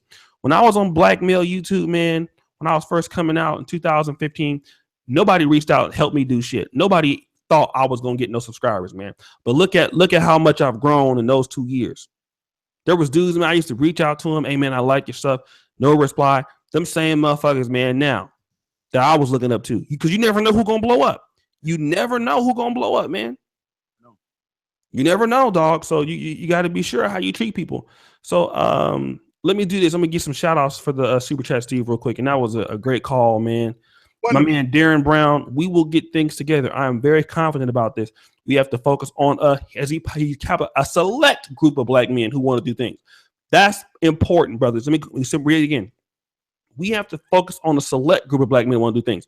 Listen, man, you don't need very many people to start a revolution. Now, I told you last night, my Negro Manosphere Patreon makes maybe $18, $19 a month. With that little bit of money alone, we able to get like sometimes 35,000 page views in a day, averaging 25,000 page views just for a little bit of money. So you don't need a whole lot of brothers to make a revolution. You just start it for a few brothers. Other brothers will catch on. So the brothers who are like-minded, stick together. Let me go ahead and shout out some other brothers. My man Daniel Simmons, he talked about that already. Loyalty. Put these shirts. These on church and pants, bro. $5 from him. Thank you, bro. And hey, man, love you guys. Let's see. Marcus Noble, that was a noble deed. Push it forward, $2. Hey, man, we're gonna help him out. In fact, dog, if you still listening, email me at planetoshay@gmail.com. I'm gonna get it started quicker because Steve is rich, so I don't want the niggas sending too much money and shit. No, listen, it ain't about that. Steve got too much money, nigga. No. It's not about that. My thing is, I hate you motherfuckers, but I love guys. I love young black men like this, right? Whose back is against the wall, whose friends are telling him he can't do it, but he's still pressing on. He's saying, fuck what you think. I'm going to do it. Matter of fact, when I talk to him, I'm going to give him some more money to pay off the security guard that's letting him into the gate. You got to take care. I'm going to show him some game, but you got to take care of those that's taking care of you. I know he doesn't have much, so I'm going to support him the best way I can. And matter of fact, I'll even build him a website. I'm going to do a lot for this young man because you know what? That's what I love, O'Shea. That's the kind of black young man that we need. This young man, we don't want to squash his dreams because he's already being squashed by his community of friends. He's already have a lot of things against him right now, and he's still pressing on. But you know what? That's when you reach out and give him a helping hand. And I appreciate. I'm his hero. He's my hero. I'm his biggest fan because I fucking love black men like this. I love black men like this. Oh yeah. It's just proud. It's a proud moment for me. I can't wait to help him. Yeah, me too, man. And that's the thing. We got a lot of brothers out there that do need help. And this is the reason why we ask you brothers to share this podcast. Tell people about it. Yeah, that's true. We do have some fuckery on some nights. But let's do this, man. Get the tattoos up. Get the likes up on the video, brothers. 204 watching. Steve, let's bring on somebody else if we can. Like around 9:15. Okay, area code 111. You're on, sir. What's your name? Where you calling from, sir?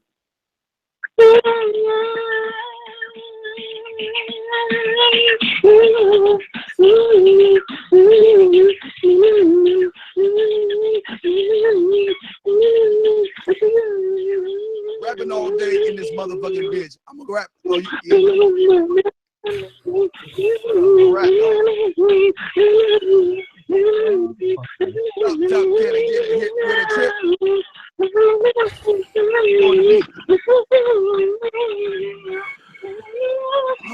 fuckery.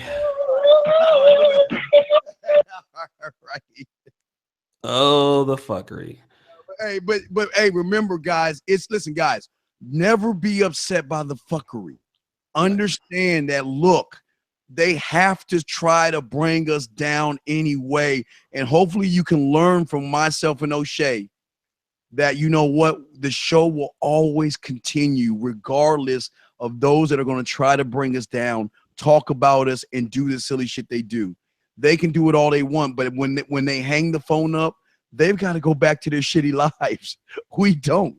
So that's all I want to say about that, O'Shea. Yeah, a lot of you niggas be calling in. Any more callers, Steve, that want to press 1 if you guys want to call in and talk, man.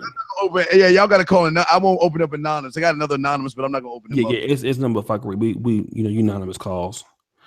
And the reason why they do that, they know that we'll call their ass back if they do too much shit. But anybody else? No, guys, y'all want to call in 515-605-9373. Press 1 with the right number and with an anonymous number, and we would love to talk to you. Hear what you think and hear what you got to say, man. This is a great one. This is a top 3 one, man. I mean, that young man made this fucking show, man. That young man right there, man. Hey, Steve, this is what I want to talk about, man. Now, here's the thing. And you guys know, for those of you who are not in my Facebook group that I help operate, it is quite thirsty, and I got to kind of go back to black male standards. Black men will pretty much take anybody with a big ass, and that's all she got to come to the table with. Now we got to talk about that real quick, man. This is important. All other races of men, and I gotta say this, like African men and black men, we are not necessarily like oppressive of our women. Historically, black men have typically never like oppressed black women. That's in Africa, and that's in America. Black men are typically not, so patriarchal like that. I mean, we don't feel like our culture, African culture and black culture, is not necessarily about oppressing women. Are keeping women in their place. You know what I mean? But the thing that you gotta notice is that a lot of these guys and other races, they have a lot of standards with their women. Now, what do I mean by that? Kristen Kerrison, she wrote this book called How to Swirl or something like that, right? One of the first things that she says is you cannot bring your black girl attitude to white men. Okay, so what is she saying there? She's saying, okay, well, in so many words, white men have a particular standard that if you treat them the same way you treat niggas, they're not gonna fuck with you. So if you want a white man, you have to change up your entire approach to them. Otherwise, you're out. Now, see, this is why white men get so much respect. Now, when I was in Uganda, dude, I mean, do you really want to know why a lot of white guys go to Africa, dude, and they kick it out there? Because, dude, when a white man comes to Africa, dude, Nigeria, Uganda, bro, not only is he getting some of the best looking chicks, you know what I mean? Some of the nice looking chicks, those chicks are going to go backwards and forwards for his ass. I'm talking about doing all type of wifey shit, all type of sexual acts, all type of hugging them in public. These white dudes, man, they make these women have to, live up to a certain standard, man. White man ain't gonna be taking no disrespect from no black chick for the most part. It ain't gonna happen. You know what I'm saying? If a black chick is rude with a white dude or out of pocket, dude, he gonna cut her ass off, bro. Straight up and down. We got two calls. We got 2 calls, but I just want to say with you, yes, and that's what we are always trying to teach here and on the Man Mindset is that you are kings, young men, all of you, and these women need to know what it means to be with someone of that high of a stature. But anyway, we got 2 calls. We got 251 and 301, sir. Which one? We know 251. But let me finish my point as Alabama. But this is what I want to say. Dude, black men, bro, and I've been to Ukraine. I've seen how Turkish men operate. They have the 3rd biggest cell phone carrier there. Dude, Turkish men in Ukraine, they make women step up to their standard, dog. They ain't dating no fat chicks. They ain't dating. Listen, man, that's what brothers got to understand. Brothers can make black women change overnight if you Number one, take your dick off the table for the most part and make the motherfuckers operate to what you want them to operate with. You can change your political standing and your standing with women in 1 year if niggas take their dick off the table and just say no. Make them live up to what you want them to live up to. Watch chicks stop having babies. Watch chicks. I'm telling you, man, but as long as you keep letting them do what they're going to do, what incentive do they have to like you or to respect you? I mean, nigga, you're not giving her nothing to live up to. And women actually want to be treated like that. They want to be forced to live up to a standard. They would rather much like that than not live up to nothing and you just take any goddamn thing. Go ahead and bring on 251C. Okay. Oh well, let me do 301 real quick. Before we did 301, did you have a question from my hometown of Maryland? Oh, you got a question, sir? Yeah. What's up? What's up? This loyalty, man. What's up? What up, loyalty? No, I'm just saying, I feel you on that. Especially with old dude, man. Keep doing what you're doing. I'm doing the same thing. We all trying to get a hustle in. At the end of the day, I had to cut my mom out because she was siding the women over her own kid.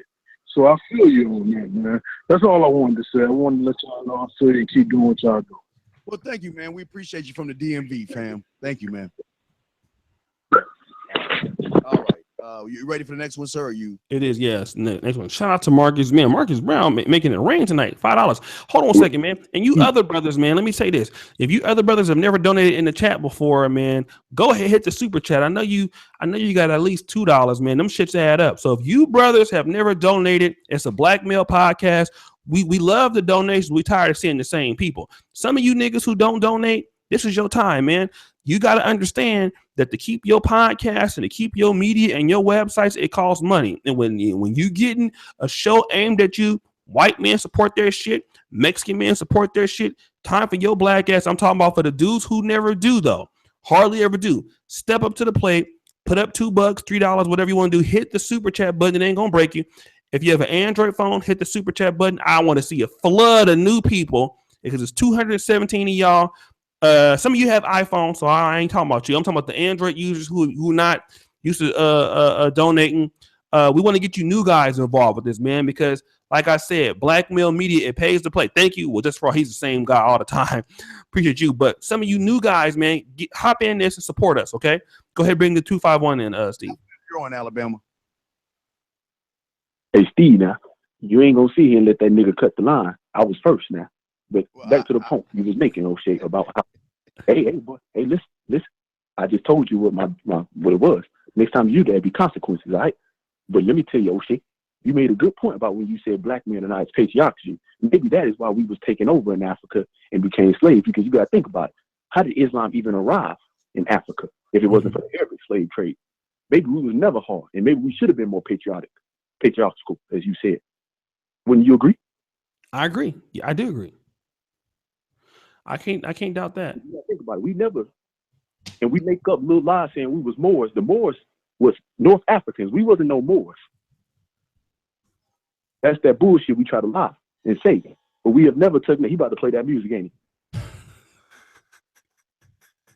But why do you always, wait a second, Joe? Why do you always say we playing music? You did that music. I don't hear any music. I don't hear any music. Chat room, do y'all hear any music? I don't hear no music. O'Shea doesn't hear any. Why is it always you that hear music? Did chat room, do y'all hear any music? Every time I talk, you play that music. We can't hear it, Steve. O'Shea, you made a point though. You gotta think about it. If we can't even control our women, how are we gonna be able to go against other group of men? That's true. Is it correct? That's correct. I agree. How can you beat? How you can't compete with these, man? Why you play that music when I talk? What the fuck? What are you talking about music? Turn that music off right now. I'm not playing no music. Why do you play that music when I talk? I see here. I'm giving good game today because we both O'Shea study African history. So do I, and we both know we praise Mansa Musa, but Mansa Musa he adapted the Arabic man religion. They took all the gold out of Mali with his ass. Yeah, and people always talk about how he was such a big guy. They praise this man, but he was no different than the rich black people that's now. He no different than Jay-Z. In fact, they say they hate his ass in Mali. I think now, like if you talk about him, they don't like they hate Mansa Musa. Yeah, they talk about like he was the greatest thing. Black people, they say, oh, you the richest man. But you gotta think, what did he build? What did he do? He adapted the Arabic man religion. The white man religion came to Africa. I seen your little things in Kampala. Oh, okay. When I was over there, yeah. That's probably our problem. That's probably our problem. We can't even handle our women. You think we're gonna be able to beat another group of men? That's true. Black men all across the world right now. This black man, this Nigerian man, getting their ass whooped all over China. Yeah, that's definitely true. In India too, getting their ass beat. India getting their ass whooped. Everywhere. In the Fiji Islands, everywhere. That's true, man. That is true. They definitely getting their ass beaten over in India. That's the truth.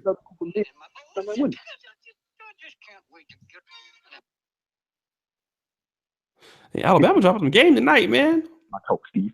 What are you talking about, dog? Steve, what's your problem with me? Every time I talk, you say that country music.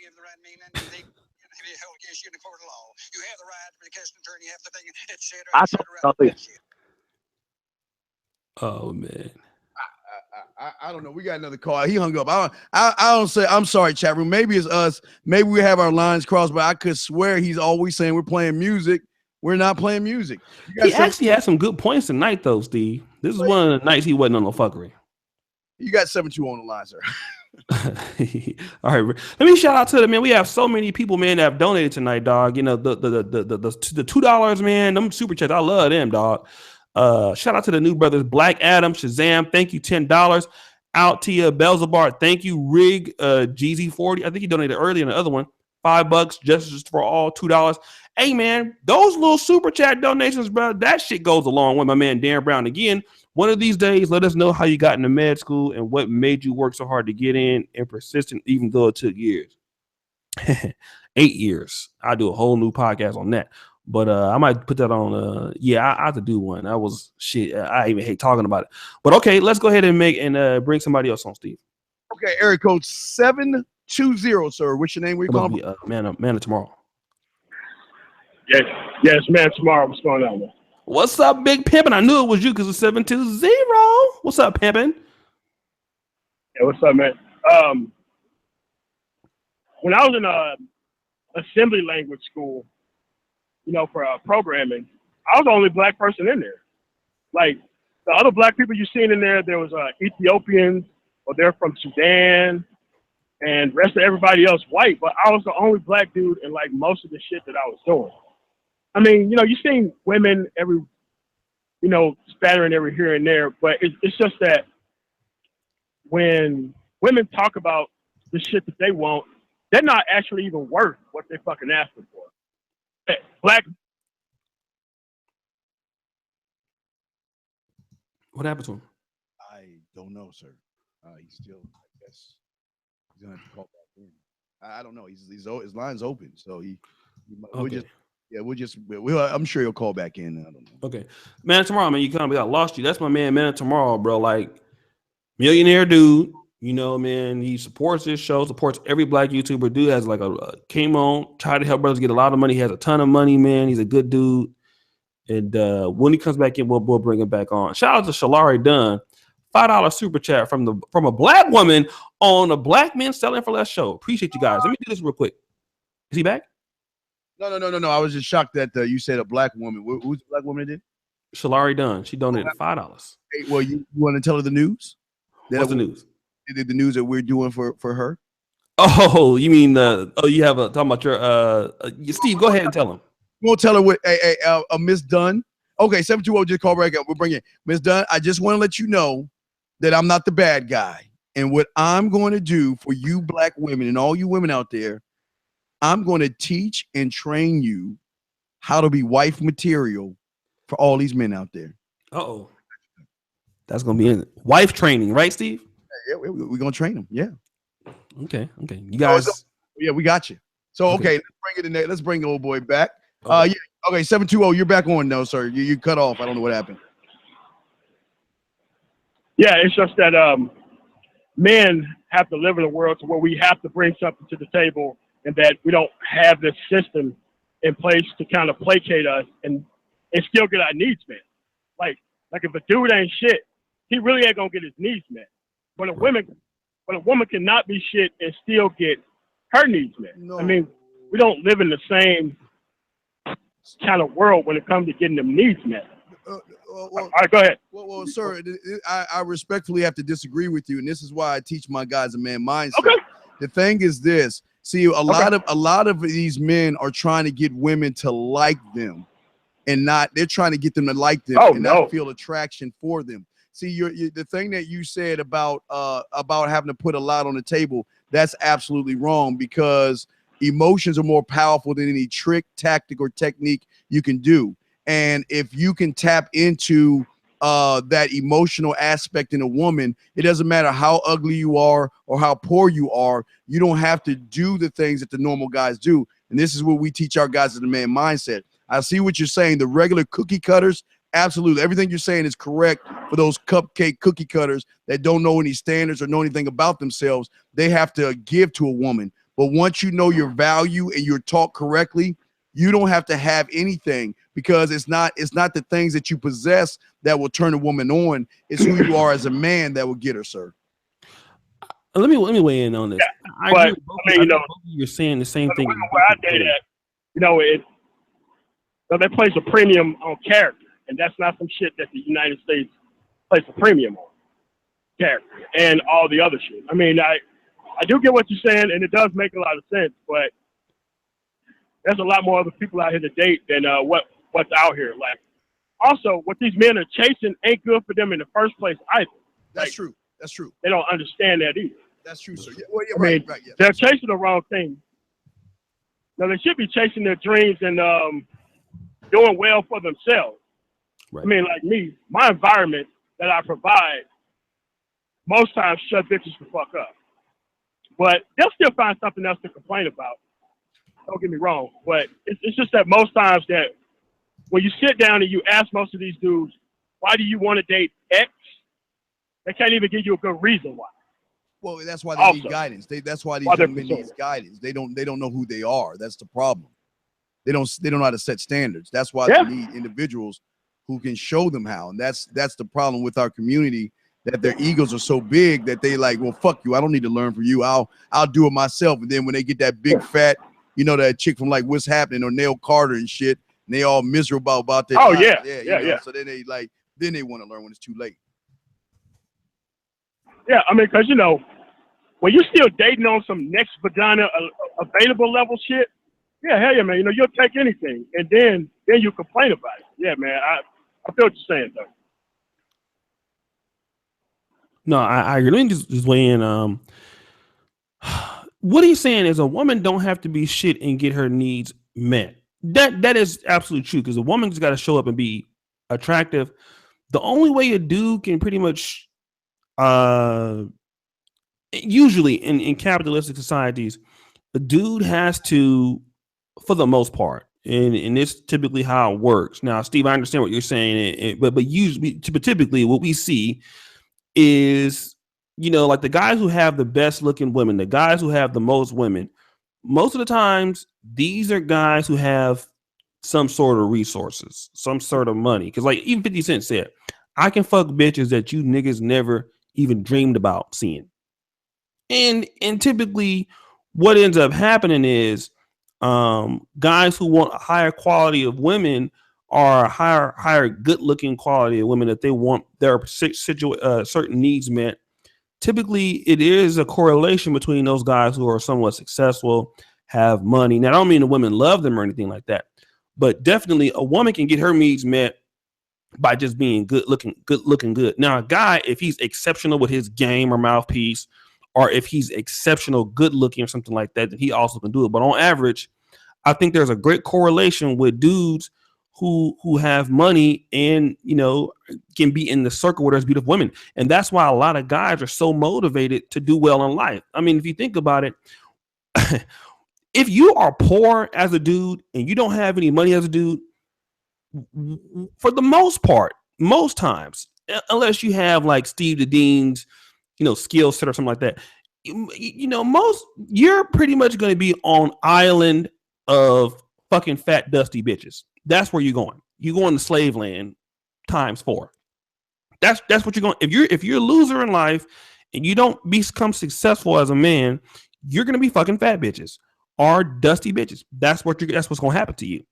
And so that's why men, for the most part, they work really hard to try to do well in life, because the outcome of that is not dealing with dusty bitches. That's what gets a lot of niggas up at 5 in the morning, gets you up at 6 in the morning, 7 in the morning.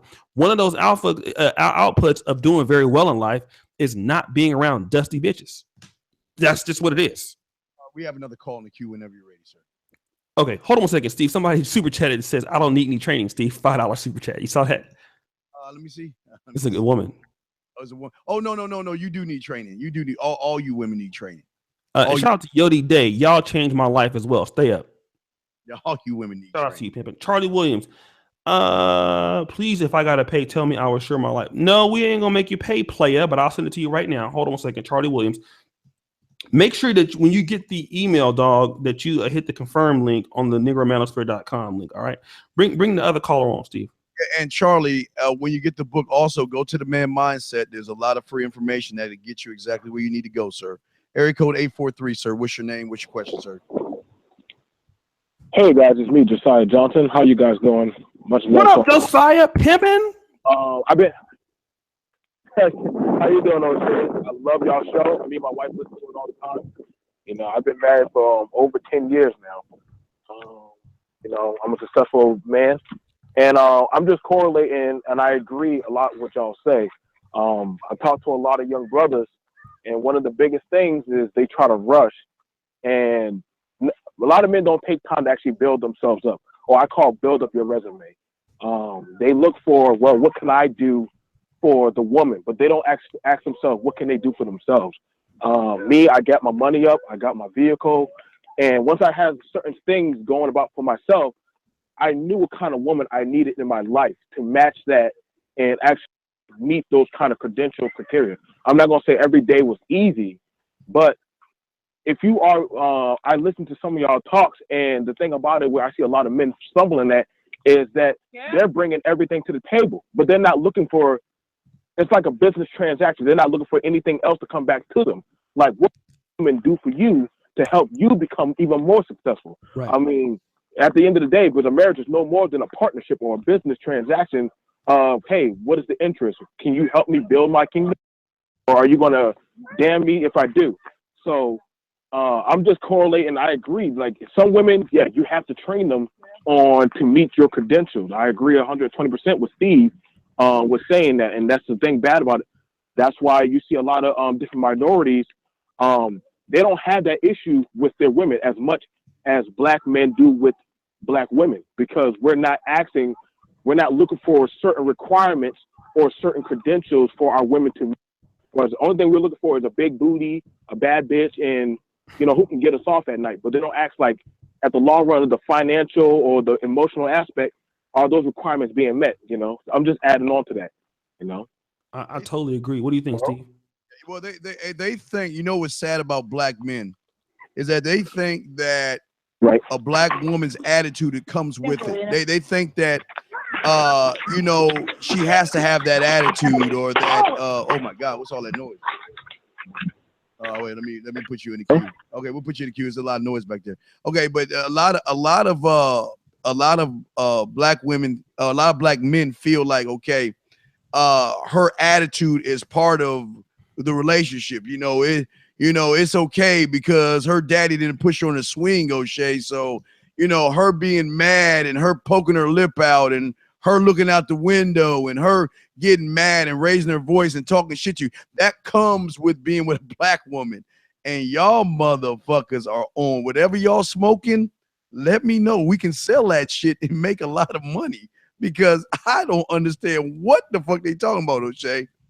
That shit don't make no sense to me, man. Shout out to Man Tomorrow, always donating like the millionth time. Let me shout out to other people, Steve, and I'm gonna comment on that real quick. I missed some people, man. So many donations come on these shows. Steve Stevenson, thank you. And then Man of Tomorrow. Let me just Marcus Brown says more money, more options, more freedom. Let me just say this. To just talk about what Steve was saying with that. You know, I always, until I kind of just recently thought, like, I never looked at a woman to like make my life better in certain things. I'm thinking like, you know, I'll do all of this and I really don't need, you know, a woman to do too much of anything. And this last experience that I had with the last relationship showed me, like, nigga, yes, you do. You know what I mean? It's, you know, you need a woman to do, you know, she needs to contribute. Not saying the woman that didn't contribute, but you know, you need to make women contribute more, especially if you're a high value man. You know what I'm saying? And I consider myself as a high value man. I hope all of you guys consider yourself to be high value too. You know, we don't look, sometimes the best looking woman who is the most attractive is it going to be the woman who is going to really help you do something. And it's important to kind of find that mix. Now, to be fair, the woman that I did have for the most part was, you know, she was pretty good, but it was not to the point where I felt like it could have been better. And I think for a lot of brothers, we look at, damn, she got a fat ass, she got some good pussy, she has some good head, she looks hella good, my boys like her. But what is that woman bringing to you? You know, and a lot of times, a lot of smart brothers, man, and even a lot of white guys, they'll pass on a chick that looks really good and go with a chick that looks a little average or a little bit like better, average, but that woman is more invested. Like, look at Bill Gates. He's the richest man in the world. Do you want to know why he's not married to a model? The chick looks like him. Why? She wants to be in that relationship because of who he is. You know what I mean? And that's another important thing that we really got to understand, man, is, you know, if you're going to give women your time, they got to be invested into the relationship as much as you are. They got to be wanting to make that shit grow. And, you know, it don't have to be all on you. You know, I don't care how much of a man you are. It's important, dog. You know, make them work like you working. Shout out to my boy Keith White, man, in the building. I ain't seen you in a minute, family. What's going on? Of course I get your ebook. Steve, what else you had to say on that, brother? I agree with you, and that's why we're trying to show you guys how to have a man mindset. Guys, just because she has a body doesn't mean that she's worth your time. And I think for a lot of you individuals out there, like I've always said, you don't know how to have standards. See, you guys go straight from the relationship to moving her in to getting engaged, and then you have all these problems. The way we teach you at our website is we show you that every phase of the relationship, from meeting and dating to the relationship to her moving in to being engaged, are different standards that you must have as a man, that if she cannot uphold to, you fall back instead of moving forward. And that's some of the stuff that a lot of young men don't understand. These women are trainable. They are, you know why they're trainable? Because if they can go to their job and be trained at their job, they can be trained with the relationship with you and your demands and what you want. But you have to have value. And she's got to realize that losing you is like losing air. But for some of you guys, you don't believe in yourself enough to have that value and standard. And that's why they treat them the way they do, O'Shea. Oh yeah, man. Oh yeah. I definitely agree.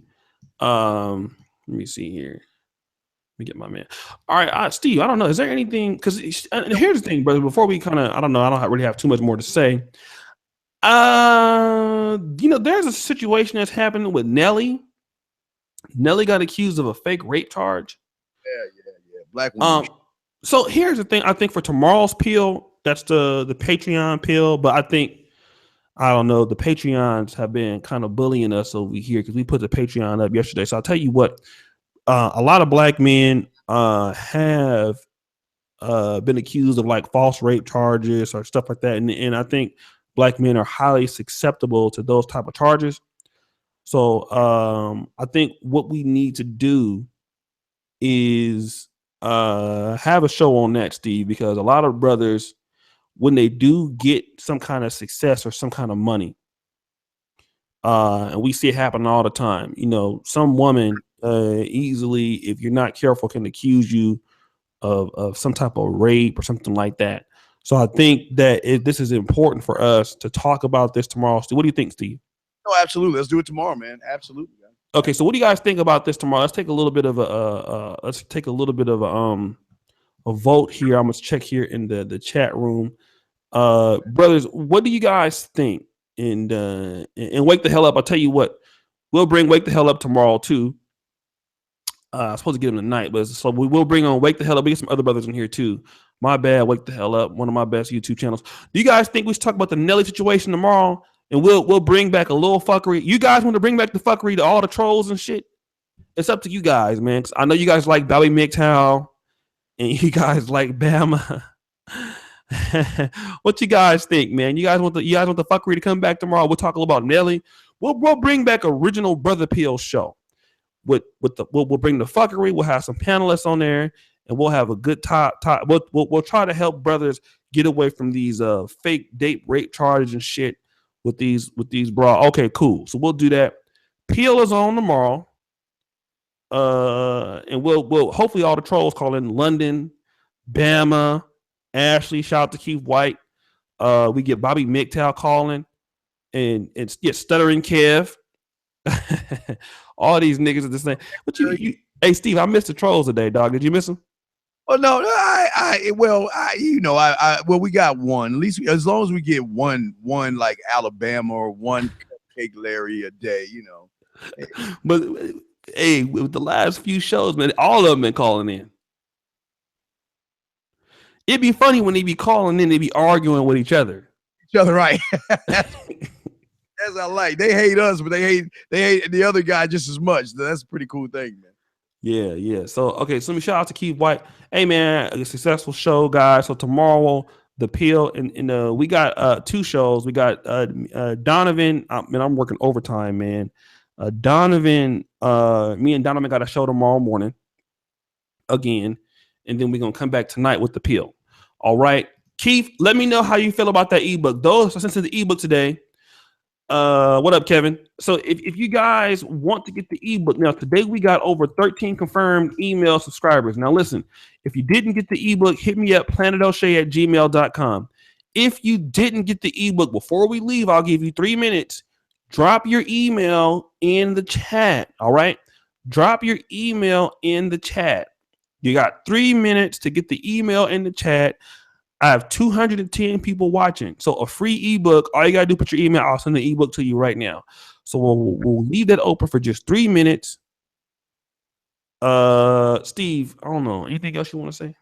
Oh, no. Again, as always, we just want to thank the moderators and stuff like that. And I say myself and O'Shea, we got a lot of things for you guys coming up. So y'all just hang in there. We're gonna have some fun with this. Yeah, man. These peels, dog. And to be fair, we had so much fuckery going on last night's show. I had to put it on the Patreon because it was too much. It was too much. The fuckery was just too much. It was extreme. So I had to put that on for the Patreon yesterday. So yesterday, dog, we had motherfuckers threatening one another on the show, talking about they're gonna kill each other, shoot their mamas and shit. Chat room, man, she was going out. What'd you say? You said I know you remember our other chat room. You know the other Facebook. Yeah, we had the Facebook chat room, and them niggas was in there fighting. They ain't even on YouTube, and they had the Facebook niggas fighting. Cerulean great. Okay, greetings, esteemed brother, and success met you live target. Men who are responsible with money are usually silent about their money. Shout out to big bro Cerulean Gray. He was in the Facebook chat yesterday, and he will tell you the motherfuckers was in there fighting.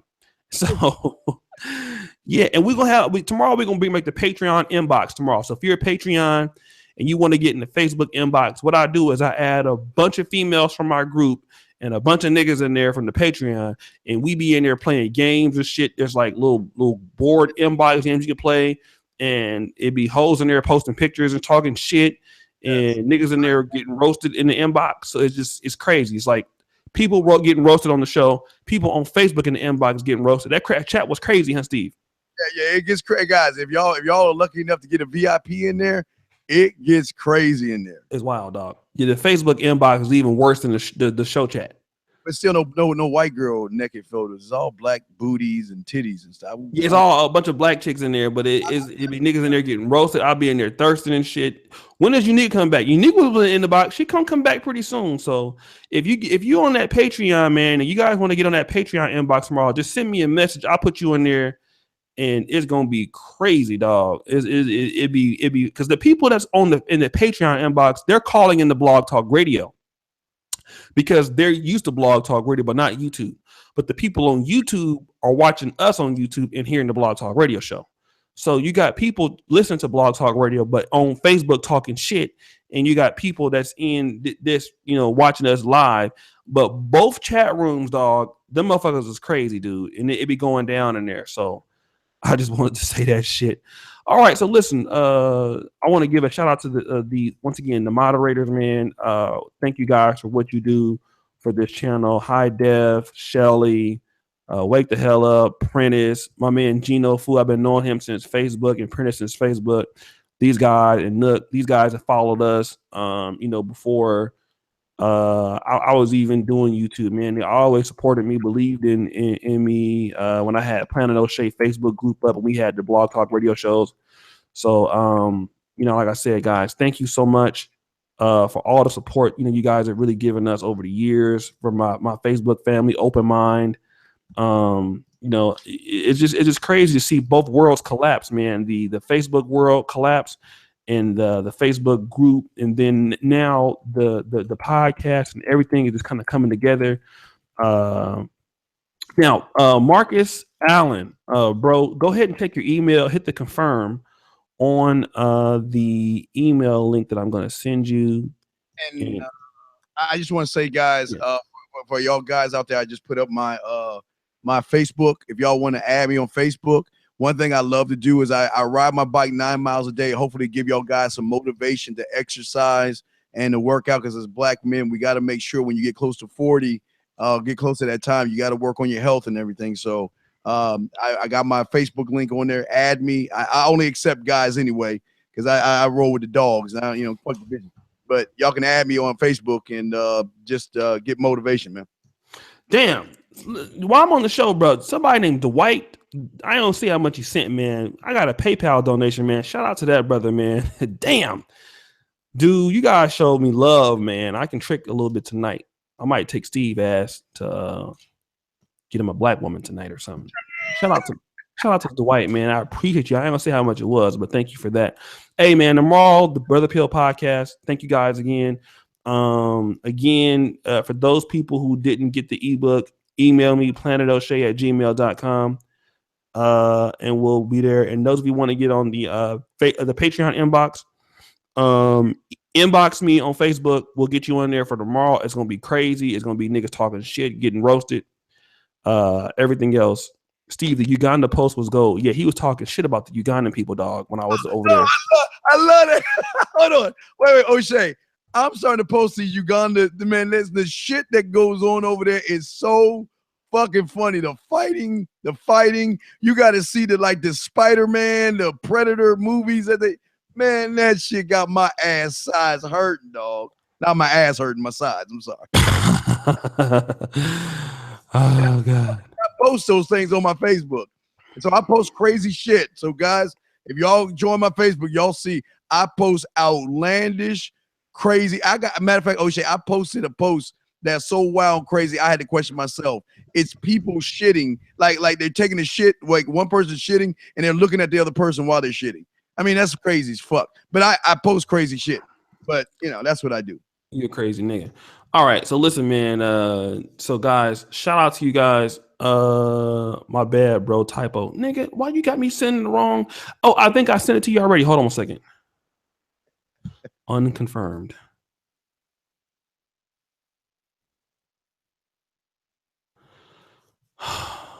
Niggas can't type.